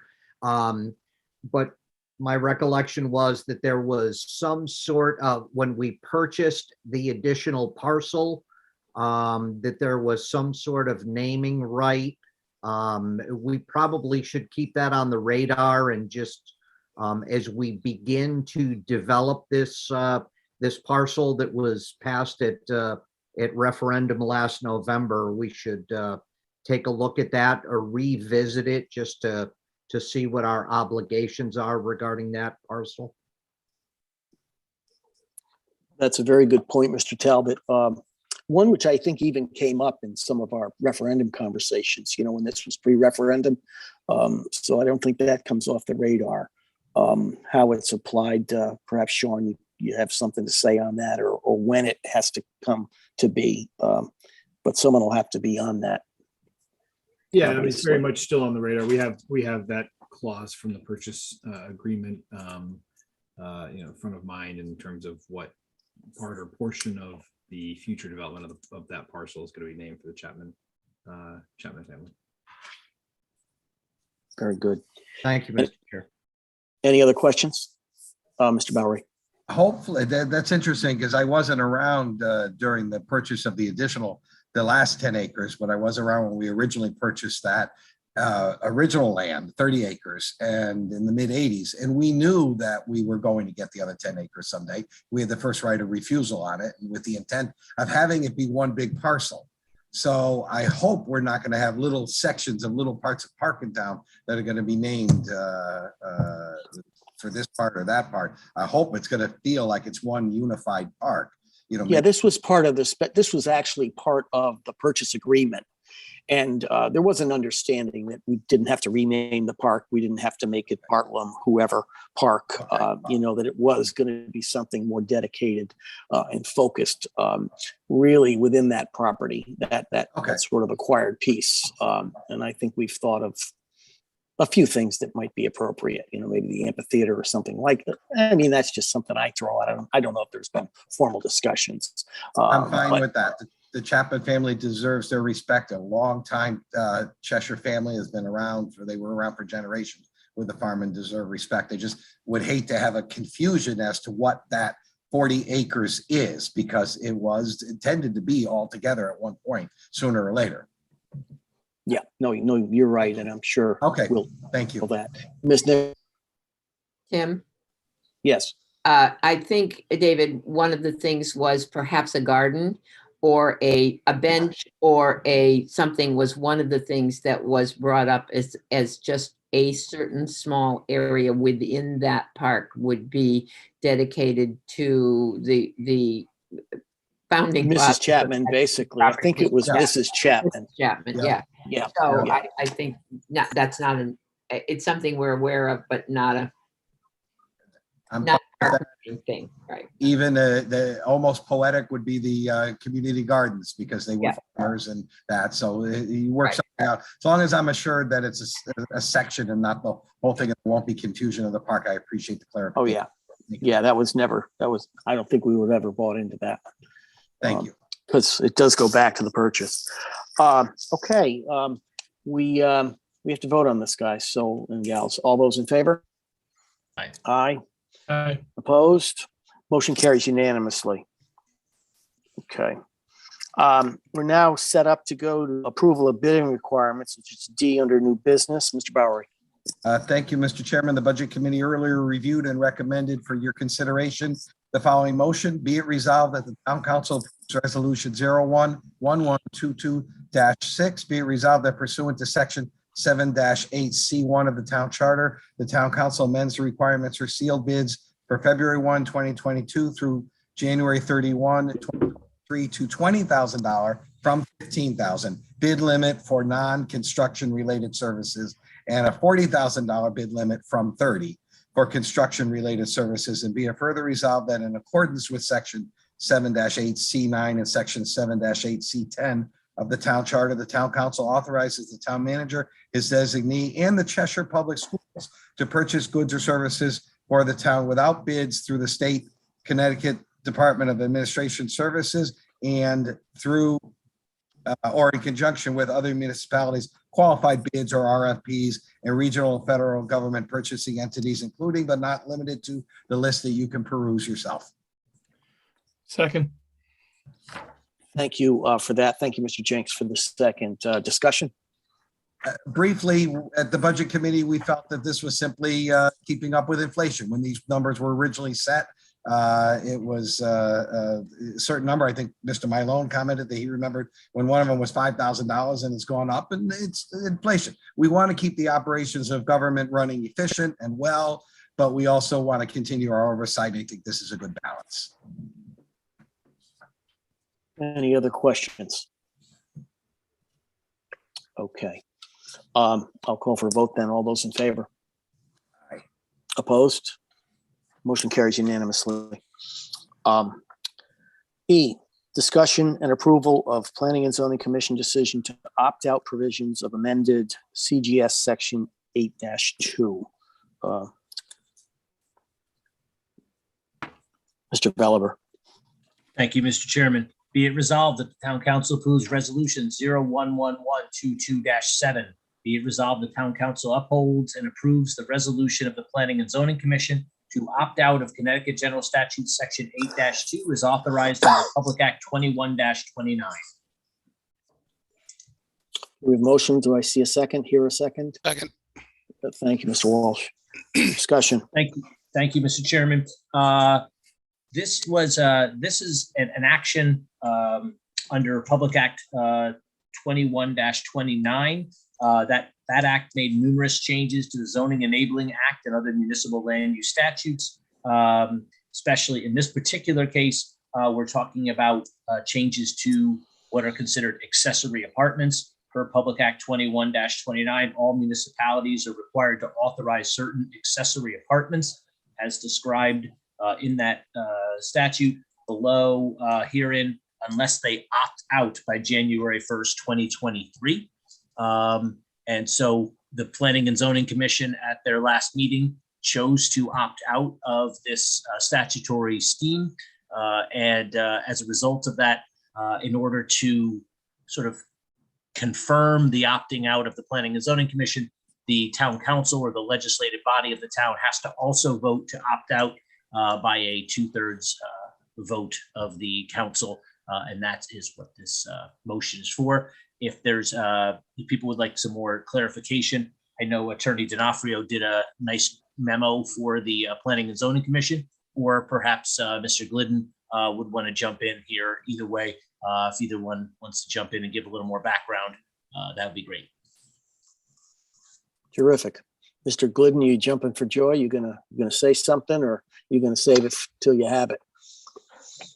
So just briefly, so Public Act 21-29, as Councilor LaRue said earlier, enables communities, basically, if you choose to opt out, then you can develop your own regulations as it relates to accessory dwelling units or accessory apartments. The Cheshire Zoning Commission, or Planning and Zoning Commission, their regulations have accessory dwelling units as a use. It's permitted by a special permit right now. And the commission opted out so that they could look at their regulations and determine, one, is there any aspects in the regulation, in the new Public Act that they would like to incorporate in a new set of regulations? And two, the permitting process. Because what the Public Act basically says is the permitting process goes to an as of right process, meaning everyone has a right to apply for it. It's just an application that goes to the zoning enforcement officer, and it does not trigger any sort of approvals from the commission. So it's really the Planning and Zoning Commission by certifying their opt-out gives them the ability to say, we'll look at the regs, we'll decide how we want to control our destiny as it relates to regulating accessory dwelling units. Mr. Jenks. Thank you, Mr. Chairman. So if I'm understanding you, are we as the town or planning and zoning opted out of ever having to approve accessory dwelling units based on the state statutes? So they're opting out so they can look at their regulations. They allow accessory dwelling units in the current regulations. So they're not opting out to say no to accessory dwelling units. Well, I think I understand our current regulations that we do allow accessory dwelling units, but they are only for, I think, family members, correct? That's correct. By special permit. They cannot be rented. I think they have to be attached to the current primary dwelling. That's correct. The state statutes were allowing more than that. It could be a separate structure. It could be rented. Those are things that I think are probably appealing to a lot of Cheshire residents. I'm sure some people are concerned about the building of accessory dwelling units for renters, but plenty of people in town have properties where they probably would appreciate being able to build an accessory dwelling unit. So where do we stand since we're opting out, or since the PCC opted out? Could it be that we end up in a situation where Cheshire, a resident in Cheshire, cannot build an accessory dwelling unit that's separate from the house and can be rented? No.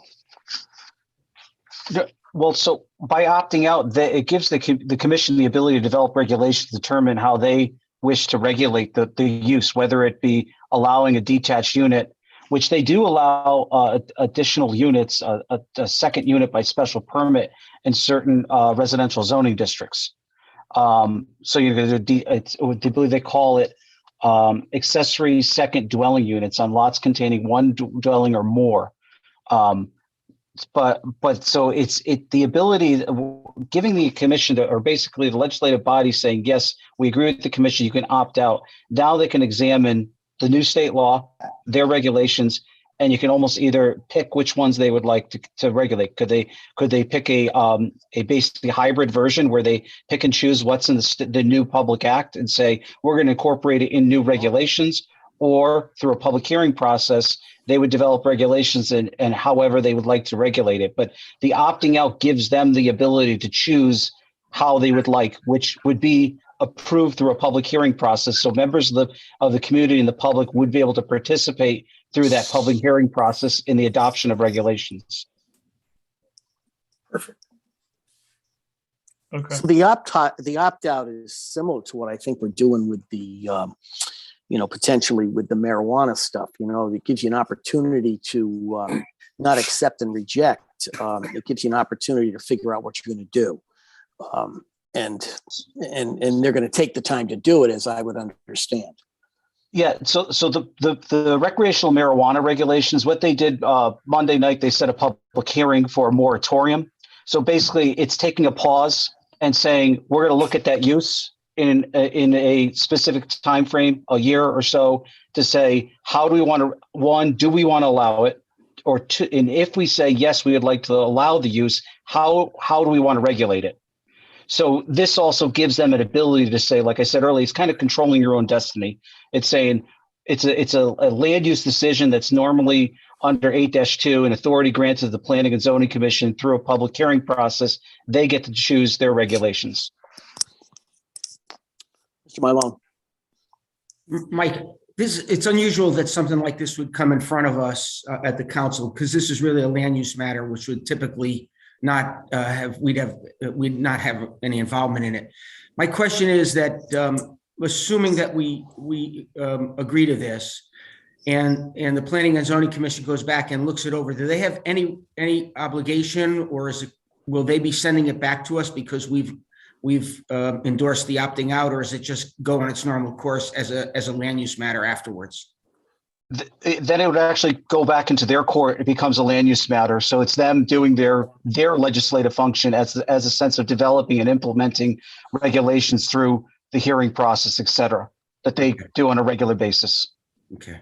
I, for one, am comfortable with that. I think that that's where it belongs, and I'd like to give them the ability to make the decisions that are the best interest of the town from a land use perspective. So. Is there a timeline on this, if I may ask? Is there an expectation from the state that this response takes place in the next year or the next half year? It has to be by 1/1/23. We have to opt out. So we have almost another year. But I think Bill Volker, when during his, I think he wanted to get it done, sooner rather than later. So I guess my question then, based on your answer, is the opt out setting the clock for another determined time? Because it said we could have it out by 2023. We decide what we're going to do. So now that we're potentially opting out, so we can decide what we want to do, when does the Planning and Zoning Commission have to, get those rules changed, adopted, or whatever? January 1st, January 1st, 2023. Okay, so the clock, the clock is ticking for the commission to develop these regulations. Should the legislative body vote by 2/3 majority to opt out? Okay. Mr. Jenks. Thank you. So, presumably, by us opting out, though, it would inhibit a resident from submitting an application to do an accessory dwelling under the state regulations this year, right? Well, it depends on the zoning. And I'll defer to the town's attorney on this, but I believe their regulations would be one, the state law doesn't come into effect until January 1st, 2023. So two, their current regulations would apply until such date. Either we've adopted new regulations, or if the town takes no action, the law takes the new public act would take into effect. That's correct. That's correct. I thought I understood that the new law was going into effect this past January 1st. So never mind. I'm good. Thank you. Anyone else? I can't see anybody. Okay. Mr. D'Onofrio, do you have anything further to add to Mike's well-presented answers? No, not really. The memo that's part of your agenda packet that I sent to Bill Volker dated July 9th sets out what the law requires, and I think that the town planner accurately conveyed the scheme of it, which is to review the existing regulations, determine what, if any, changes want to be made, review the permitting process, determine what, if any, changes want to be made, and the opt-out gives the Planning and Zoning Commission the time to do so without prejudicing its process. Okay, so are council members comfortable with their questions getting answered and we're ready to vote on this? Okay, I'll call for a vote on the motion before us. All those in favor? Aye. Aye. Okay, we have a unanimous of those present. Thank you. We'll now move to F, which is discussion and approval of income levels for the 2022 local elderly tax credit program. Mr. Bowery. Mr. Chairman, thank you. Earlier this evening, the Budget Committee discussed this item, and for the time being, would like to move this motion be resolved that the Town Council approves Resolution 011122-8. Be resolved that the Town Council approves the following changes to the property tax relief qualifying incomes in the ordinance section 17-6A2, 17-6A3 for the 2021 grand list. Thank you, Mr. Bowery. Thank you, Ms. Nichols. We have a motion. We have a second discussion. Yes, Mr. Chairman, we discussed at the Budget Committee meeting that we would like to move forward with increasing the income limits for people to still qualify for the amounts. So in other words, if they get more income, they don't fall out of qualifying. So we are still going to help the 400 plus families and, the hundreds of thousands of dollars of tax relief. And that's the expectation, because administratively, this needs to be done over the next couple of months anyway. So we'll move forward. But at your request to us, Mr. Chairman, I believe you're going to ask us to take a further look at this item in more depth and take a review of this. And when we started this program in 1988, it's great to see that it's still here so much longer. I remember trying to get this on the books. In the first year, it cost us $60,000. And, I don't consider that a cost. I think this is an investment in our community and in the people that we want to continue to stay and have a vibrant, active, diverse community. And I think we all feel that way. And I think we're going to want to take a look at this in a way to help those that may feel a difficult burden when we start having some of these larger capital projects and maybe some of the budget increases, tax increases that we may not want to have, but to have the level of services the majority of our citizens want. We might have to help out some of our more vulnerable, financial vulnerable people. So I really want to see us move forward with this, but I also want to see the Budget Committee and the council as a whole review this sometime over the next few months in order to see if we can enhance this program in a significant way and review how it's set up. Thank you for that. Any questions on this, gang? Okay, well, Dave, you did such a good job with that questions.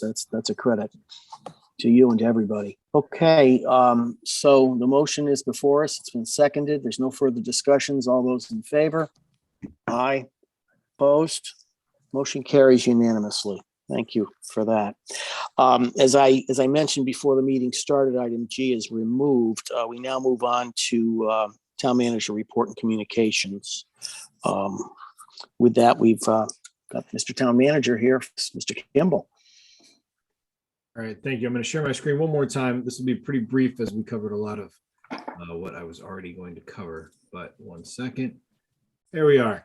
Okay, so continuing the town manager's report, Jen, just briefly, and I know the council's already aware and there has been some news reporting, but in the days following our last council meeting, we were excited to announce that Rebel Interactive, a digital marketing firm with about 90 to 100 employees, will be coming to Cheshire. They're already starting work in the old furniture barn, and we're very excited for, I think, what this is going to lead to in the West Main area.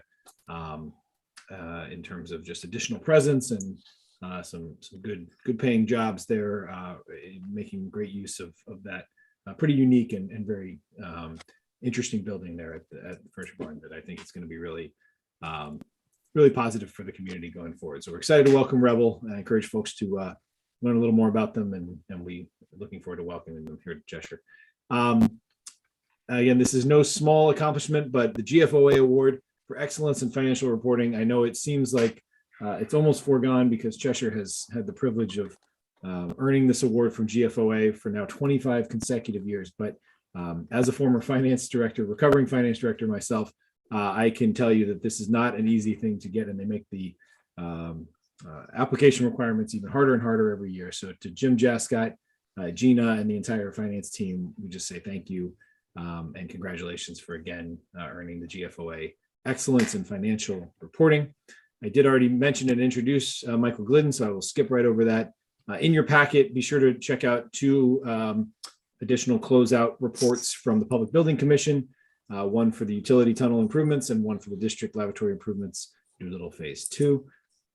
And finally, a new and exciting program the Cheshire Senior Center will be launching very soon. It's called Your Community Cares, partnering with this organization to offer a new program for volunteers to be matched with seniors 70 and over, or disabled adult residents for free help at home, including household chores, yard work, companionship, and transportation. Our wonderful Senior Center Coordinator, Stephanie Thoreau, will be doing a Zoom presentation this Thursday at 11 a.m. for more information. So please check that out. And with that, I will turn it back to you, Mr. Chairman. Thank you. Thank you for your report. I wanted to report something to you at this time, if it's okay. I got this interesting catalog from a friend from the Yankee Institute, and it was a pamphlet rating Connecticut's local government websites. And I know we did turn ours out. I don't know if you've seen it. We scored a 60. And there are better scores than 60, and there's lower scores than 60. I would say we didn't get an F with that 60. In other words, I would say we got an average. But one area of interest was how high our score was on budget and finance documents being accessible. This was sort of in the public interest. What can the public get when they go to a website? There's people go to find out about public meetings. Well, that was our best score. That was 17 out of 19. Contact information, oddly, was 9 out of 18. Contracts was 6 out of 16. Expenditures were 2 out of 8. And taxes and fees were 8 out of 11. So I don't expect you to remember that. I'm going to give you the book. And I think there's reasons some things are on there and some things are not. I think a town has every right to make those decisions. But I think we did a good job with our website overhaul, but I'm sure we could do better. But I'm going to pass this along to you, Sean. I was going to do it, when I saw you in person tonight.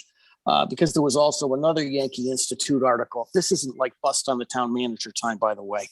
But there was another one, Warning Signs, a 2021 update regarding unfunded things and, tax collections and debt and all. Another interesting thing for a town manager and a town finance director and a town chairman of the council to take a look at. So I'll pass those along when we meet in person. Anyone else? Any other questions, comments for the town manager? Tim, I had a question, Don. Yes, please, Don. Sean, 2 questions. One, do you have an update on Counterweight when they plan on opening? Because I heard it was going to be in mid-January, but do you know when it's proposed? I know that Andrew was in touch with them within the last couple of weeks. I know that, again, late January was initially their timeframe. I think it's still pretty close to on track for sometime into February. But I don't have firsthand knowledge. So I'll check with them, and if there's any more information, I'll let you know. But we're hoping it's very soon. We're getting thirsty. Thank you. The other thing is, Tim and I had met with some people from Ball and Socket, and we had asked that they, from time to time, present to the council updates on what's going on there. So whether Andrew could add it into his presentation next time, that would be great, because with the $1.5 million grant that they just received, we're curious to see how far along. I know they said that they're planning on Sweet Claws moving in the spring. So I think those of us on the council would probably like to know how that's moving along as well, since it's such an important part of our economic development. Yeah, definitely. I will pass that along. And as further update, just last week, we learned that they received a conditional approval for that additional $950,000 It is conditional on additional fundraising that they have to do. So I know that's something that they're working on. And I'm sure they'd be happy to take that opportunity to give you guys not only an update as to where they are, but maybe encourage folks to participate in the fundraising to the extent it allows them to open up that additional almost $1 million. So happy to pass that on to Andrew, and I'll do so right after this meeting. Sean, based on that comment you just made regarding some additional funding there, is that dedicated to a certain section of the building, a certain project? I know they've got some pretty interesting things going on in that building. One of them's the big nut parking and all kinds of stuff. Do you know what it was specifically for? Even though there's a caveat, they've got to come up with some money to match it. Yeah, I believe, I mean, it's for additional remediation in other sections of the building, I know. So, but I wouldn't want to speak out of turn in case. Okay, there's that's fine.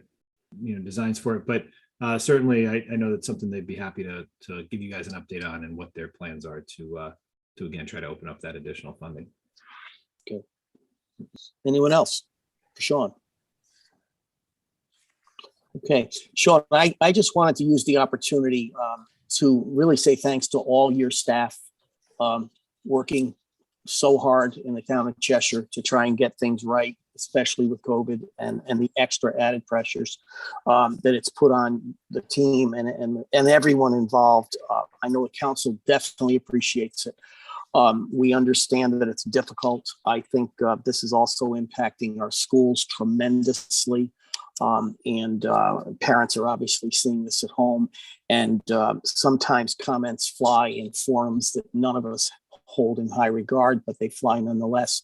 And I do not think they reflect the majority opinion of the public. But if in fact they did, I'm here to say that we appreciate what's going on in town hall and the output you've been able to encourage and deliver. I think it's admirable. And again, thank you. I appreciate that. I'll be certain to share it. Thank you. Thank you. Well, if they're still recording, then maybe hear it later too. Anyway, we'll now move along to reports of committees of the council, starting with the chairmans, and I'll just ask the respective chairmans to just, no, I got to look for you all. Let's start with Mr. Veliber. You're the ordinance guy. Thank you. As mentioned earlier, hopefully we're going to be trying to put together an ordinance review committee sometime next week so we can move forward with a draft to put out for the public hearing. So look for that. Okay. Thank you. Budget, I think we've heard you out. Is there anything additional, Mr. Bowery? No, nothing additional, sir. Thank you. Okay, Mr. Walsh, we know there's plenty of solid waste issues in the town and some are coming at us. Anything you want to talk about? Not as of yet. There's some things coming down the pike that we'll be discussing, but right now there's nothing to report. Okay, Ms. Nichols, I know personnel is going to be getting pretty busy. When's your next meeting coming up? Our next meeting is this week on Thursday. We have a lot of issues to look at. I'm going to be brief here. My computer is about to go to sleep. So I'm going to be switching to my phone because I have a lot of nominations to bring forth in the next item agenda, but personnel will be meeting Thursday. Okay. I don't want to neglect anybody, so I've got to move my picture so I can see who I haven't talked to, but we do have another committee, I believe. Well, audit, I guess there's really nothing for audit to report. Planning, Sandy? I'm meeting with Arnett tomorrow, and I will be planning a meeting shortly. Thank you. Okay, thank you for that. What committee is that, please? Planning, that would be the planning committee. Planning, thank you. Sorry for not making that introduction correctly. Okay, I think that covers it. So with that, I would just like to indicate a referral of the senior center dispatcher job description to personnel. And then also, as mentioned earlier, referral to budget to review the 2022 elderly tax credit program. With that, we go to miscellaneous and appointments. We'll start with liaison. Liaisons, if you have a report, I'd ask you to just speak out rather than have me go through all the liaisons. Is there any reports from our liaisons? I have one from the Cheshire Housing Authority quickly. If you recall, they were approved of a $1.5 million grant last year. They are still waiting on the money from the state, and they're getting a little nervous because they want to start getting the repairs and remodeling of some of the units done. But hopefully that will be coming in soon for them. But they've been working hard on trying to figure out how to work out what they're going to be doing and where they're going to be spending that money. But the new units are going to be more up to date. They haven't been remodeled in some years, so they're really excited about that. Okay. Does anyone else have a liaison report? Okay, hearing none, we'll move this along to appointments of boards and commissions. I don't know if Sylvia's had an opportunity to reconnect by phone or stay connected by phone. Mr. Talbot's here. I will start with Mr. Talbot if you'd like. Do you have any appointments, Mr. Talbot? I think Mrs. Nichols has rejoined, and I just want to. Yes, I wasn't sure of how that was going. Can she hear us? Out there. I don't see her. I wonder if she has to call in again. Oh, no, she's there. Picture. I see a picture of you, Sylvia. Are you still trying to connect by phone? She might not have a connection to us. She's having trouble connecting the audio. I'm going to try to send her a call-in email. Sorry, I don't have a backup plan for this.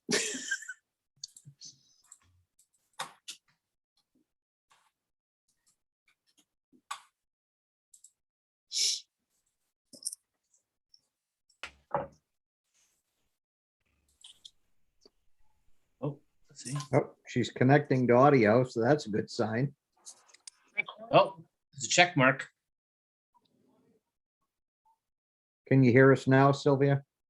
I can hear you now. Can you hear me? And Yeah, we well, I can. can see it too. Yes, Sorry there you about go. It is time for your plethora of nominations. Well, and now I have a serious issue because I can give you 4 of them, but I don't have the list because it was on my computer, which has just died. So does anybody, Tim, do you have the list? Was it? No, I don't have a backup plan. I'm sorry. I'm sorry. I have nothing. I'm at my new house and I have no power here now. So I can give you the 4 that I have, and Okay. I can't get it up on my computer. Can't do better than that. Hold on. I'll look for it, Sylvia.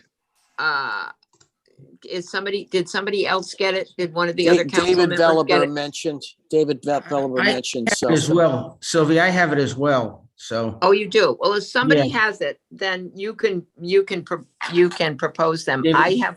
Let me do the 4 that I have here that are not on that list. Okay. And then you guys can go with that list. These are for public safety. They're all Republicans. They're all new appointments because it's a newly reorganized commission. The first candidate is Frank Lohman.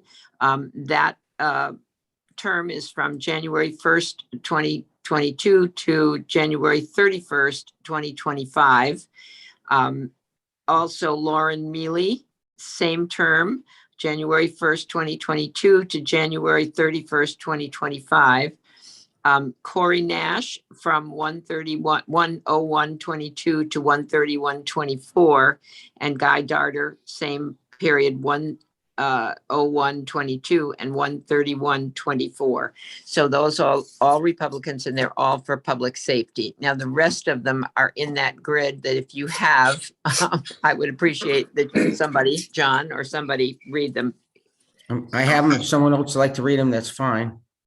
I have them. If you want me to do it, John. Sure, David, go ahead. Okay. Sorry. Yeah. So let's see. For beautification, William Bonaminio, for a term ending, I guess from 1/31/24. And do you need the starting date? They're Marilyn, all current because they're all renominations. So that they're all they are renominations. current. Okay. So, and then William Meyerjack, also through 1/31/24. For economic development, William Stanley through 131.26, and Mike Ceccarulli through 131.26. Could you spell that for me, David? Oh, sure. CECCORULLI. And when you're stating them, I need the party affiliation, Republican or. These will all be Republican. Okay, great. That's all I need. Thank you. Yep. For Historic District Commission, Lisa Franco through 131.27. And Gail Naito for Historic District Alternate through 131.27. Could you spell the name? Oh, yeah. Gail, GAYLE NIDOH. Okay. Library Board, Kathy Nankin, 131.26. And what committee is that? Library Board. Oh, Library Board. Thank you. Now Park and Rec, Karen Bertoni, BERTONI, and through 131.26. Okay. Performing and Fine Arts, Donna Ludinsky. Do you know how to spell that one? Just give it to me again. I think so. But. Yep. LODYNSKY.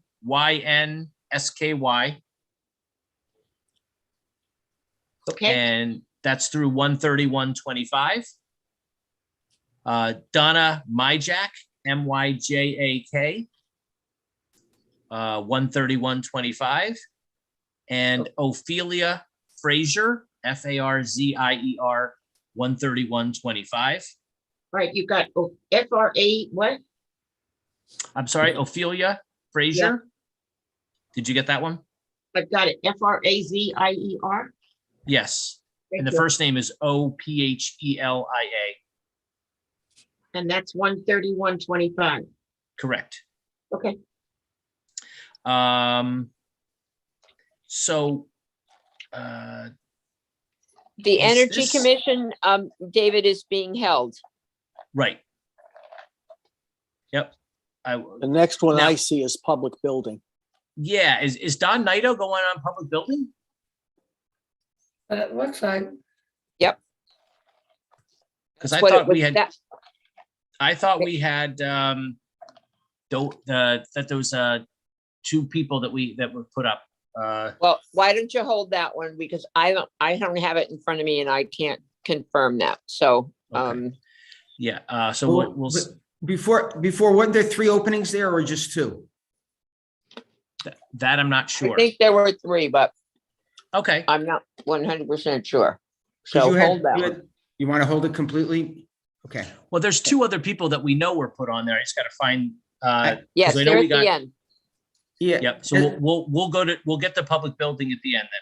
Okay. Okay. Retirement board is Mark Izzo, IZZO. And that's 131.26. And I've got Water Pollution Control Authority, Zach Welburn, WELBURN, 131.25. And Jason Beach, BEACH, also 131.25. Okay. And then Youth and Human Services, I got 3. Philip Belcher, BELCHER, through 131.24. Susan Pappas, 131.24. And Nancy DiFrancesco, 131.24. Is that DEFRANCEFCO? Correct. Job. Very nicely done. And then I've got 2 for Public Building Commission, and then if anyone can confirm that we have a third. What are they? Okay, so we got Michael Doherty, DOHERTY, through 131.25. And that's a new appointment. Oh, this is a new appointment. Okay, thank you. Yep. And then Ron Lakaitis, LAUKAITIS, KAITIS, also a new appointment, 13125. David, then- I can't get a hold of Tom right now, but those are the ones that he submitted to me. So I was not at the meeting where these were all voted on. So I'm assuming Don is correct. Well, we Okay. could probably, if we want to reserve it for safety's sake, we could probably vote on that separately at our next meeting. Okay, that's up to you. I I'm mean, sorry. That's 2 weeks off. Right. Sandy, did you? I thought that they were voted on at the RTC caucus. Okay. I think they were. I just did. I know that the last two that I put up, the Right. names that were put up for the public, for the public Right. building, the two new names. I know Mhm. those were discussed. I didn't hear Don going on public building Well, he's commission. here, so I would put him on. Yeah. You were there and you heard it nominated, then I would. I You- wouldn't have put him I was on not- unless, I was not there, but I know that it happened. I would hold off until we I knew for would. sure. I would certainly endorse that. And Yeah. I know Okay. Don and love the guy, but I would endorse that. Okay. There's So a lot of, we'll- there's a so lot we'll of hold- unclarity there, so. Okay, fine. And So- John, So we're going, so Tim, we will go with the two that were mentioned, but we'll hold on the Absolutely. third. Okay. Right. Yeah, Right. just for clarity, right. Okay. Yep, and we're only talking 2 weeks. That's Right, fine. right. Okay. so that's all the nominees I have in addition to the ones that from Sylvia's list. So with the exception of Don that we're holding off on, all those other names are put up together with the four names that Sylvia had Right. put up for public Now safety. I'm throwing another ringer into this. You have two new appointments, Michael Doherty and Ron Lakaitis for PBC. Who are they replacing? Do you know? Does anybody know? I think there's You know what? vacancies. I'll call the town clerk's office and get it from them if you don't That's have it. They're not, perfect. it's a new appointment. They don't replace anybody. It's a new appointment. Well, There's no you replacement. It's been vacant for a long time. Right. Oh, okay. I have no idea. I just know that the form says replacing. Yeah, Yes. I had yes. spoken to Jim McKinney as a liaison, and he's anxious to get some new members. So he told me there were 3 vacancies, but to be safe to stay with 2, that's fine. But let's get the 2 on there for him because he Right, said I there's 3 agree. vacancies Okay. there. All right, so Okay. motion was made by Ms. Nichols and seconded by, I'm assuming, Mr. Talbot. I would Well- love to, Mr. Chair. No, I'll second it. No, he's, I think Peters, We I we think have a Peter way just of doing seconded. this, Sandy. I'm gonna Sandy. second Sandy only because I have Yeah. some nominations of my own to bring. Right. So. And if Sylvia or maybe Arnett could clarify with regard to the new Public Safety Commission, the appointments that were just made were 2 with a term of 2024 and 2 with a term of 2025. So if I have one, is that a 24 or a 25? Oh, I don't know that. I would Arnett guess might the be able to longer- answer that. I can I look would it think up. it's the longer. I would think so, but I would think it's the longer, Peter, but I could be wrong. That was my thought too, but Are we going to vote on the appointments from Sylvia first and then go into Peters? hopefully we're gonna vote on all of them together. All that's the and, same, right? Sorry, I'm sorry I started this, man. If my computer was still alive, I'd probably have that information. I don't know the terms. I do know that the 2 terms were 2 for 24 and 2 for 25. Yeah. Yeah. No, I was jotting them Trying to down find the new- as you were doing them, so. Arnett, Hold on a sec. Hold on a second. Let me see if I can find the, I'm looking. see if I can I find the want to say ordinance. it's 25, so how about if I Yeah. make it for 25, subject to further. Yeah. No, check? Peter, according to the terms, it says within 45 days, 3 members shall be appointed to serve until 1/31/24 and 2 shall serve until 1/31/25. So the last space is another 24. That This is is the correct. 24. Okay. Okay. So here we go then. I am All right. bringing forward the appointment of Gregory Wolf to the new Okay. Public Safety Commission, term of office from 1/11/22 through 1/31/24. Mr. Wolf is a Democrat. I'm certainly not able to fill a stadium, but I have 2 nominations for the Environment Commission. The appointment of Karen Schnitzer to which is a Peter, sorry, Karen Schnitzer. Do you have SCHNITZER, and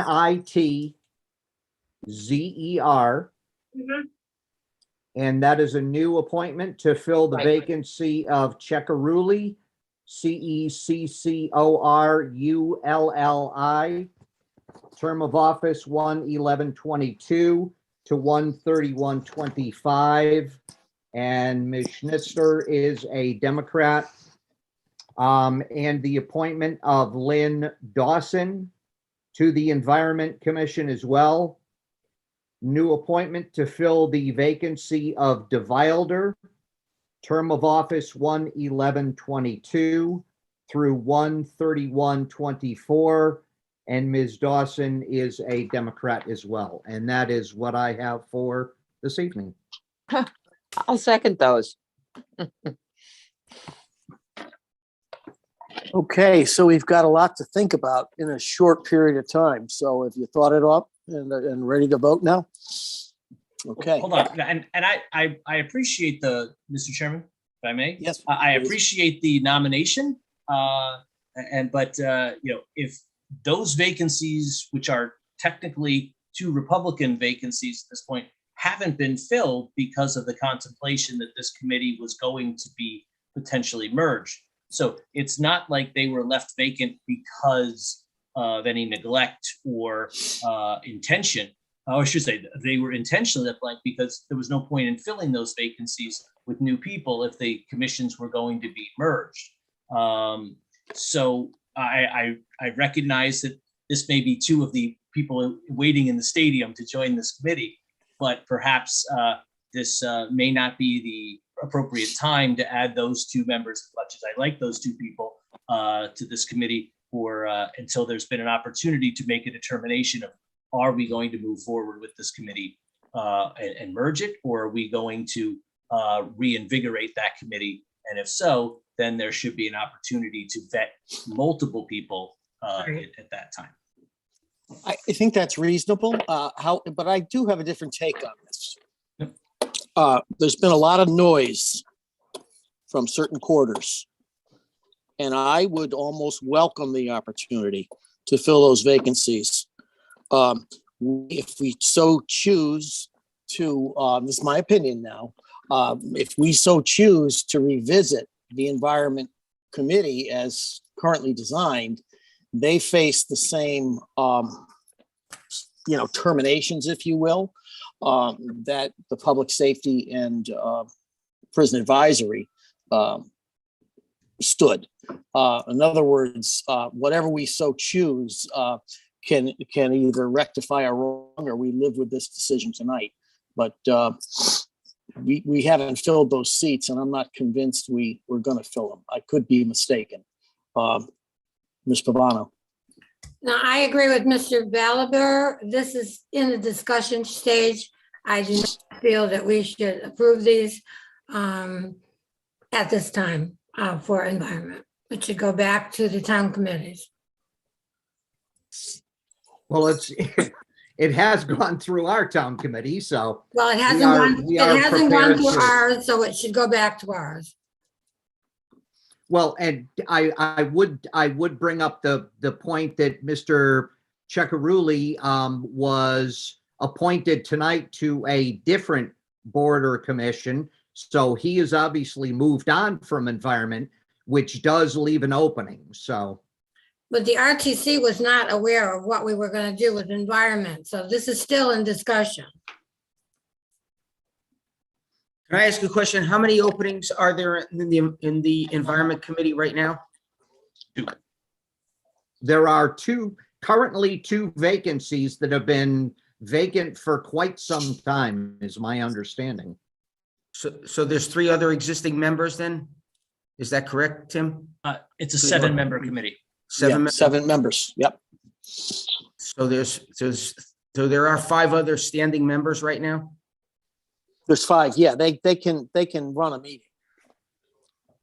They can, if they have an agenda, and everyone shows up, they have a quorum, certainly. Mr. Walsh. According to our nominating committee, 2 people resigned from that committee because there was nothing happening.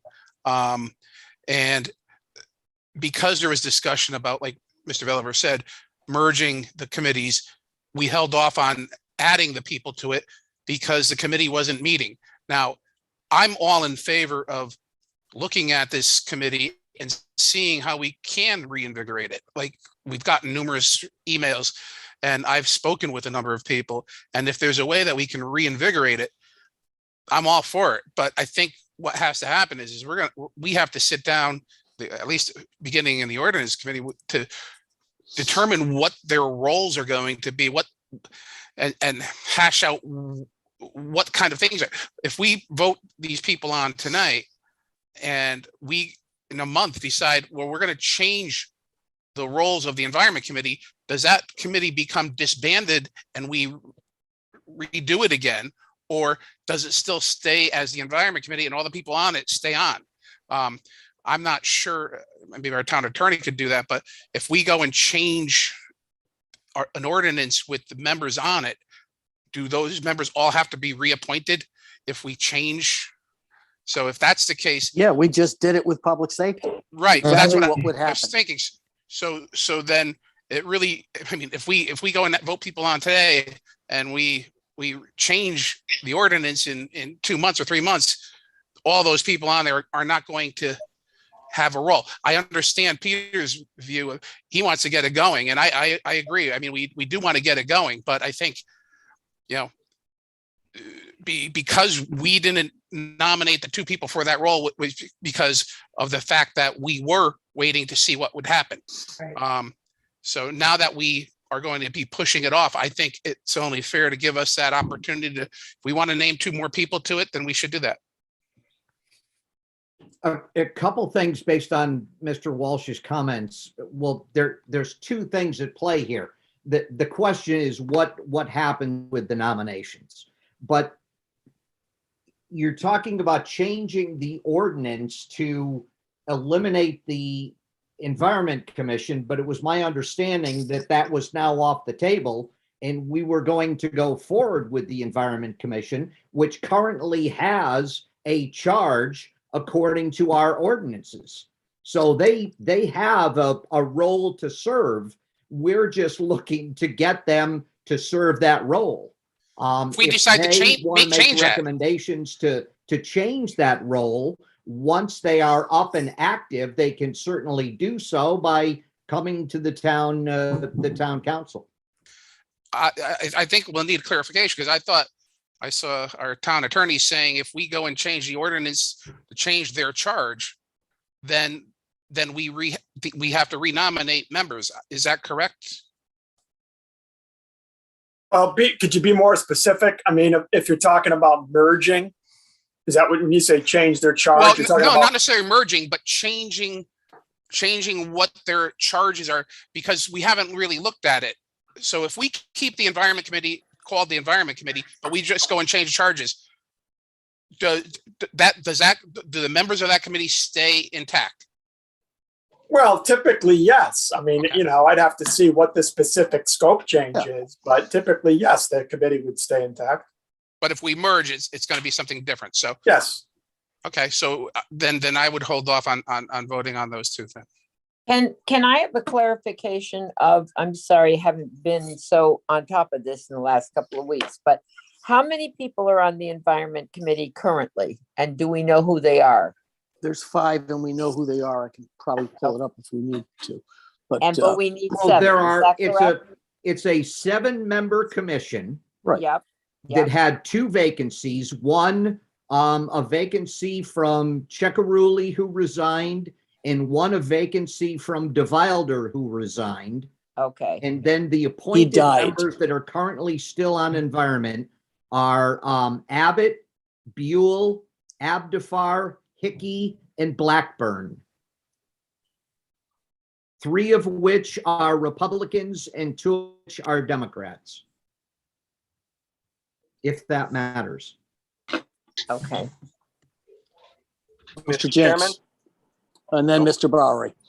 Sorry, you. I recognize Mr. Jenks first. Yeah, thank you, Mr. Chairman. I just wanted to say that, I mean, I think we want to reinvigorate this Environment Commission. We have 2 members or 2 people that are willing and able and ready to begin working on the commission.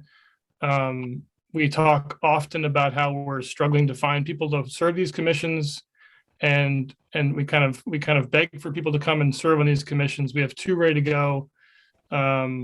I think we're sort of overcomplicating this by not just nominating these 2 for this Environment Commission and then move forward and try and have a strong commission. This seems pretty straightforward to me. I'm probably the only dissenting Republican, but I have no problem with this. I don't either. And maybe that's very strange, but that's how I feel. Mr. Chairman? Mr. Bowery, excuse me. I thank you for those comments, the others for their comments, but I have to say I'm going to address the 800-pound elephant in the room, and that is hats off and tip off to the minority party for attempting a coup here, political coup of putting on people and looking at it in one way, all innocent, saying we want to get people involved, and in another way saying, hey, here's our opportunity, because the Republicans want to hold off on deciding what to do. So Wow. I give credit to the minority party for this. And quite frankly, I'm going to agree with you, Mr. Chairman, and I'm going to vote for them and let us have this. So I'm giving them credit and I'm letting them win. And on this political maneuver that also has shades of good public policy as well.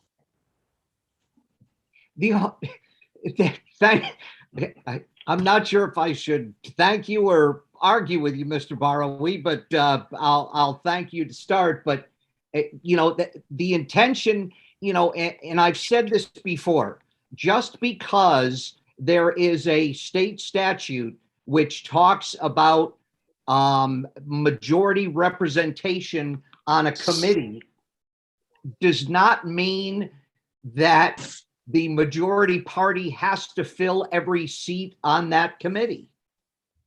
And our thought was that this committee is looking for able-bodied people to re-energize it. We've got 2 people to fill 2 vacancies who are eager, energetic, have a background in environment, and are willing to go. So I can't disagree, but had it not been a one-sided game with one bat and no glove on the other side, which is what happened, we were disarmed. The majority party, the elected majority party, was disarmed because we decided that we were going to hold off on this. And so again, I give you credit, but at the same time, I think what would be good is to let this move forward, like our mayor said, and because it can be undone if it's something that wasn't in the best interest. But I think this is fine. I give you kudos to that, and for the good government stuff and the political stuff. I would like to weigh in just for a moment, because I think that whatever our feelings individually about the committee, let me see if I can phrase this correctly. I think no matter what happens, whether we combine this committee or whether we leave it as a standalone committee, if the people on the committee are committed to the charge of the committee and the committee is directed correctly, then it shouldn't matter what party you represent if you have the ability and the experience to do the job. If I were interviewing any candidate to serve on a committee, my first question would not be, what party are you? My first question would be, how involved are you? How experienced are you? Whatever. In this case, whether it becomes a political coup, or if you want to put it that way, that's your opinion, that's your perception. I still believe we need to look at the charge of the committee. We need to look at recruiting people who are active and have the energy to serve on these committees. And in this case, I will vote for these two people to be put on this committee, but I feel in any committee we put somebody on, we need to look at the ability of the people who are working. One of the problems that the committees are having across the board is sometimes dysfunctional because there are bodies there with people who do not want to be there or that's not fair, who don't have the passion perhaps or the experience to be committed to the project. So in this case, I will indeed vote for these, but I still will ensure that we look again at this committee functioning and not abandon the idea that the two committees could be combined. I'm not saying I think they should be, but I think we need to take a look at it.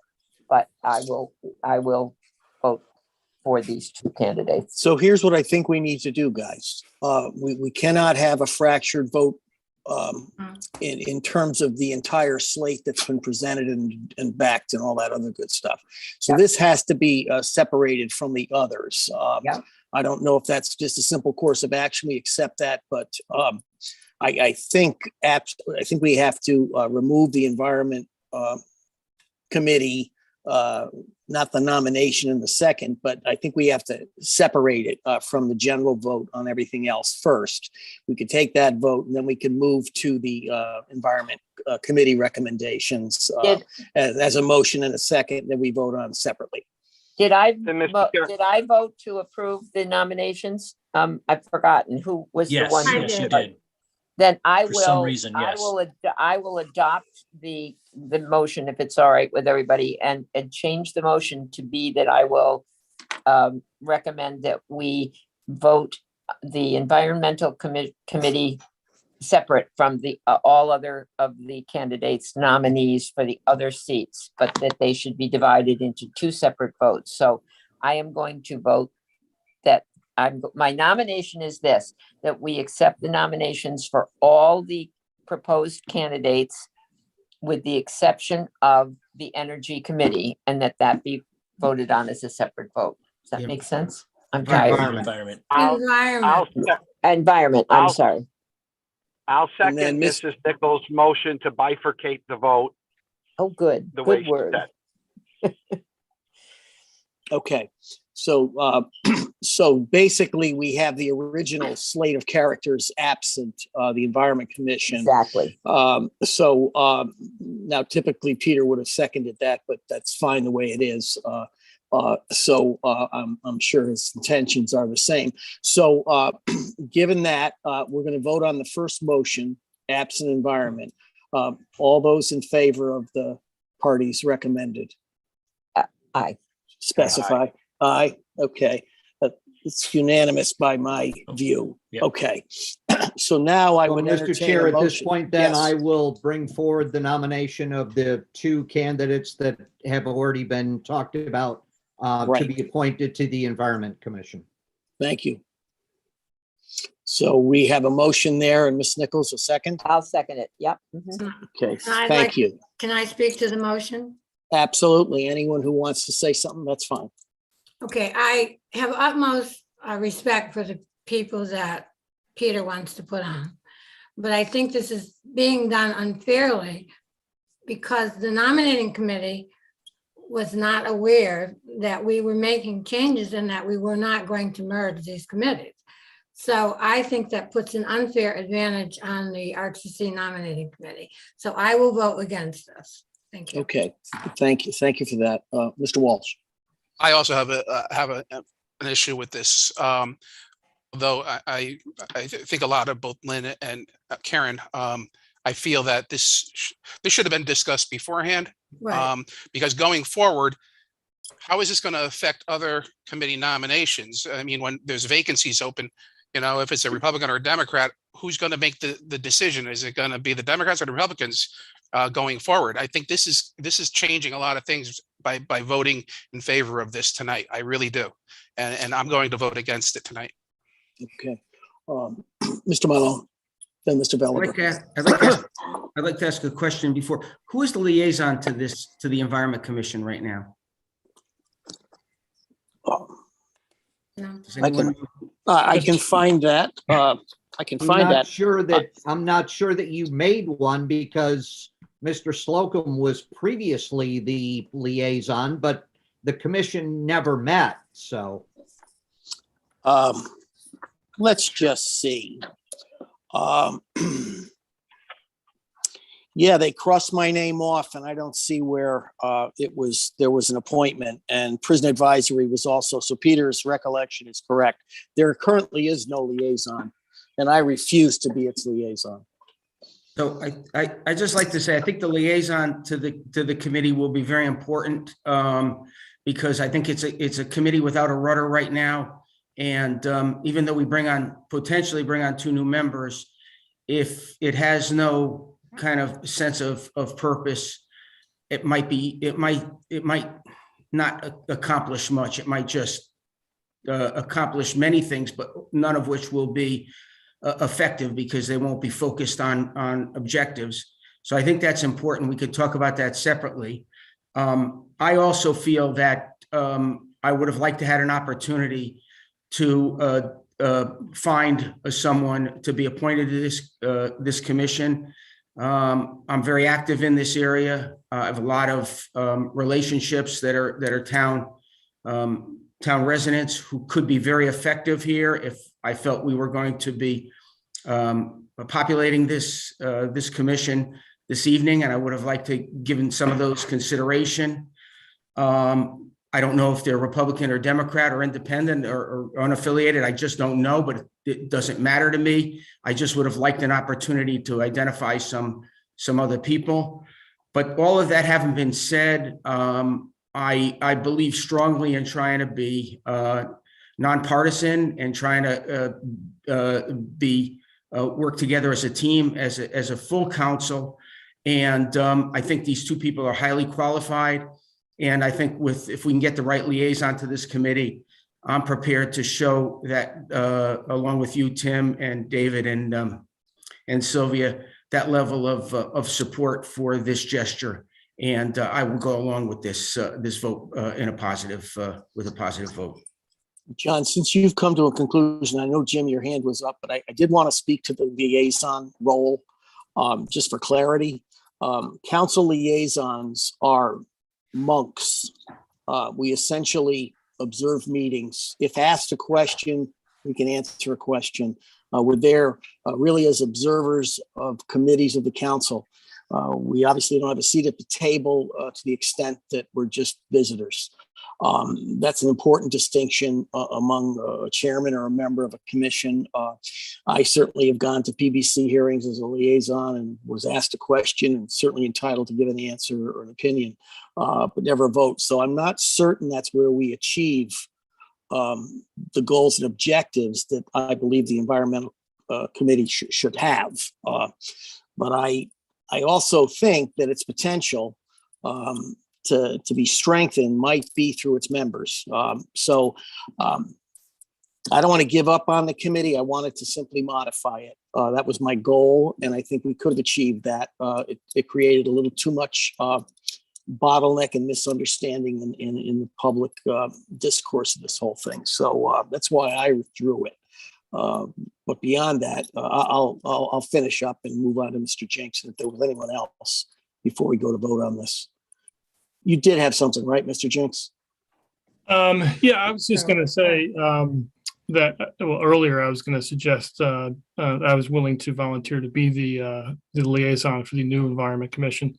I'd throw my hat in the ring for that if the council would have me for that position. But I do think that, and I agree, Mr. Slocum, that the liaison doesn't really have a formal role. We're kind of just there to observe, but council liaisons, I think, can also play a supportive role and a role in terms of establishing or helping to establish an agenda, or at least move an agenda along.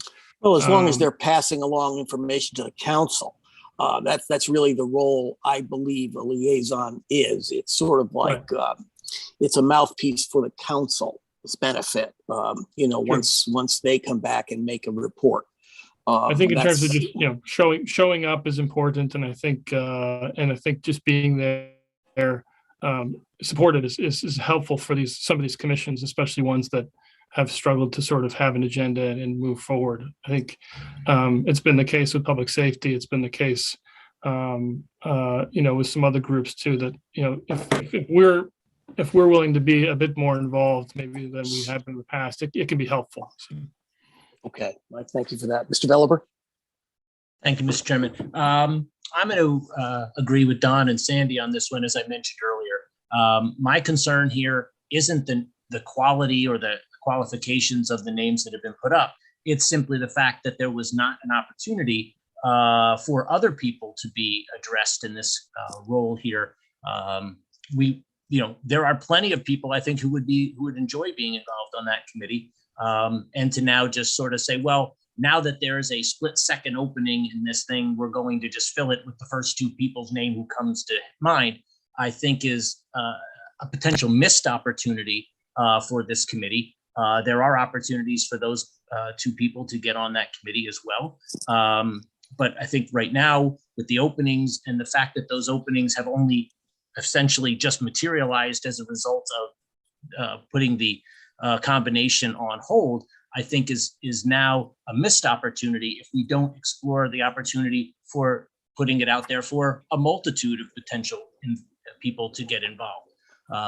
There are a lot of people, as John mentioned, he may have a lot of opportunities and resources, and other people in town may get involved in that as well. So I think at a minimum, while we still were worrying about whether we're going to move forward or not, and no offense, the committee hasn't met in 9 months. I don't think one more month is going to make much difference if we put that opportunity out there and seek a larger pool of potential applicants. I think that would be a good idea. And I think it's something that we may want to consider at this time. And so as much as I know both of those people, and both of those people are very nice people and very knowledgeable and would potentially make great members of that committee, I think that there's an opportunity here that we may be missing out on by moving too quickly to fill something that up until 2 hours ago didn't exist. So, with that, I would hope that we could maybe take a pause on this vote and maybe reconsider it, and we see what could materialize over the next month. Thank you. Okay, is there anyone else? I think I saw Mr. Jinks' hand go up one more time, but was that just a miss, an errant? Yeah, I'm all set. I'm all set. Let's just go to a vote, I guess. Okay, so I just want to make sure I see everyone in the room. Okay, I'm ready to call for a vote on this. Love it or leave it. It's the way it goes. The nominations have been advanced and seconded. All those in favor of the nominations, declare who you are. So they're all seen. Okay. So I'll read this out to you. We've got David Bowery, we've got Peter Talbot, John Mylone, Jim Jinks, and Tim Slocum. And Sylvia. Aye. Okay, Aye. Thank you for that. Okay, so with that, I think that's very interesting the way that turned out. Do you want to, Mr. Chair, do you want to do the oppositions? Yeah, could you Oh, call for a excuse no me. vote? You have to get the I no did. I did indeed, and I apologize for that. This whole thing is very interesting to me. But those opposed, we had Mr. Veliver, Mr. Walsh, and Ms. Milano. Okay, thank you for that. And sorry for that, but that's one thing that happens on councils and good governance. Not everyone can agree, and some people get to go home happy or unhappy. I'm thinking generally that's the way it goes sometimes. So with that, we are now to the town attorney report. Do we have any report from the town attorney? No report, Mr. Chair. Thank you very much for that especially. Council communications, there were numerous letters to the council. We're all aware of them. I think we've addressed most of them in a general statement that I made earlier. I did have one other letter, unless, I'll just make everyone aware that on January 4th, addressed to the council chairman, there was a letter from the representative policy board of the Regional Water Authority, letting the town know, as they did with all towns, is that David Bowery was reappointed as member of the South Central Regional Water Authority commencing January 2022. and that the RPB's confirmation was the culmination of a process that initiated last August with the appointment of the nominating committee, and the 5-member authority basically oversees the water district. David is its chair. He's a very capable, responsible, and respected member of that organization. We should be happy to know that he's on our team as well. And it's a big job, and he's done a great job so far. And I just wanted you to all be aware. If you hadn't known it already, I thought the official notice was appropriate to make you all aware of. Any other members of council receive a letter or correspondence they thought they should share at this moment? Okay. Then I guess, are there any items for executive session? Okay. Then I will call for a motion to adjourn. Motion to adjourn. Thank you, Mr. Walsh. So moved. Second. Thank you, Ms. Pavano. Okay,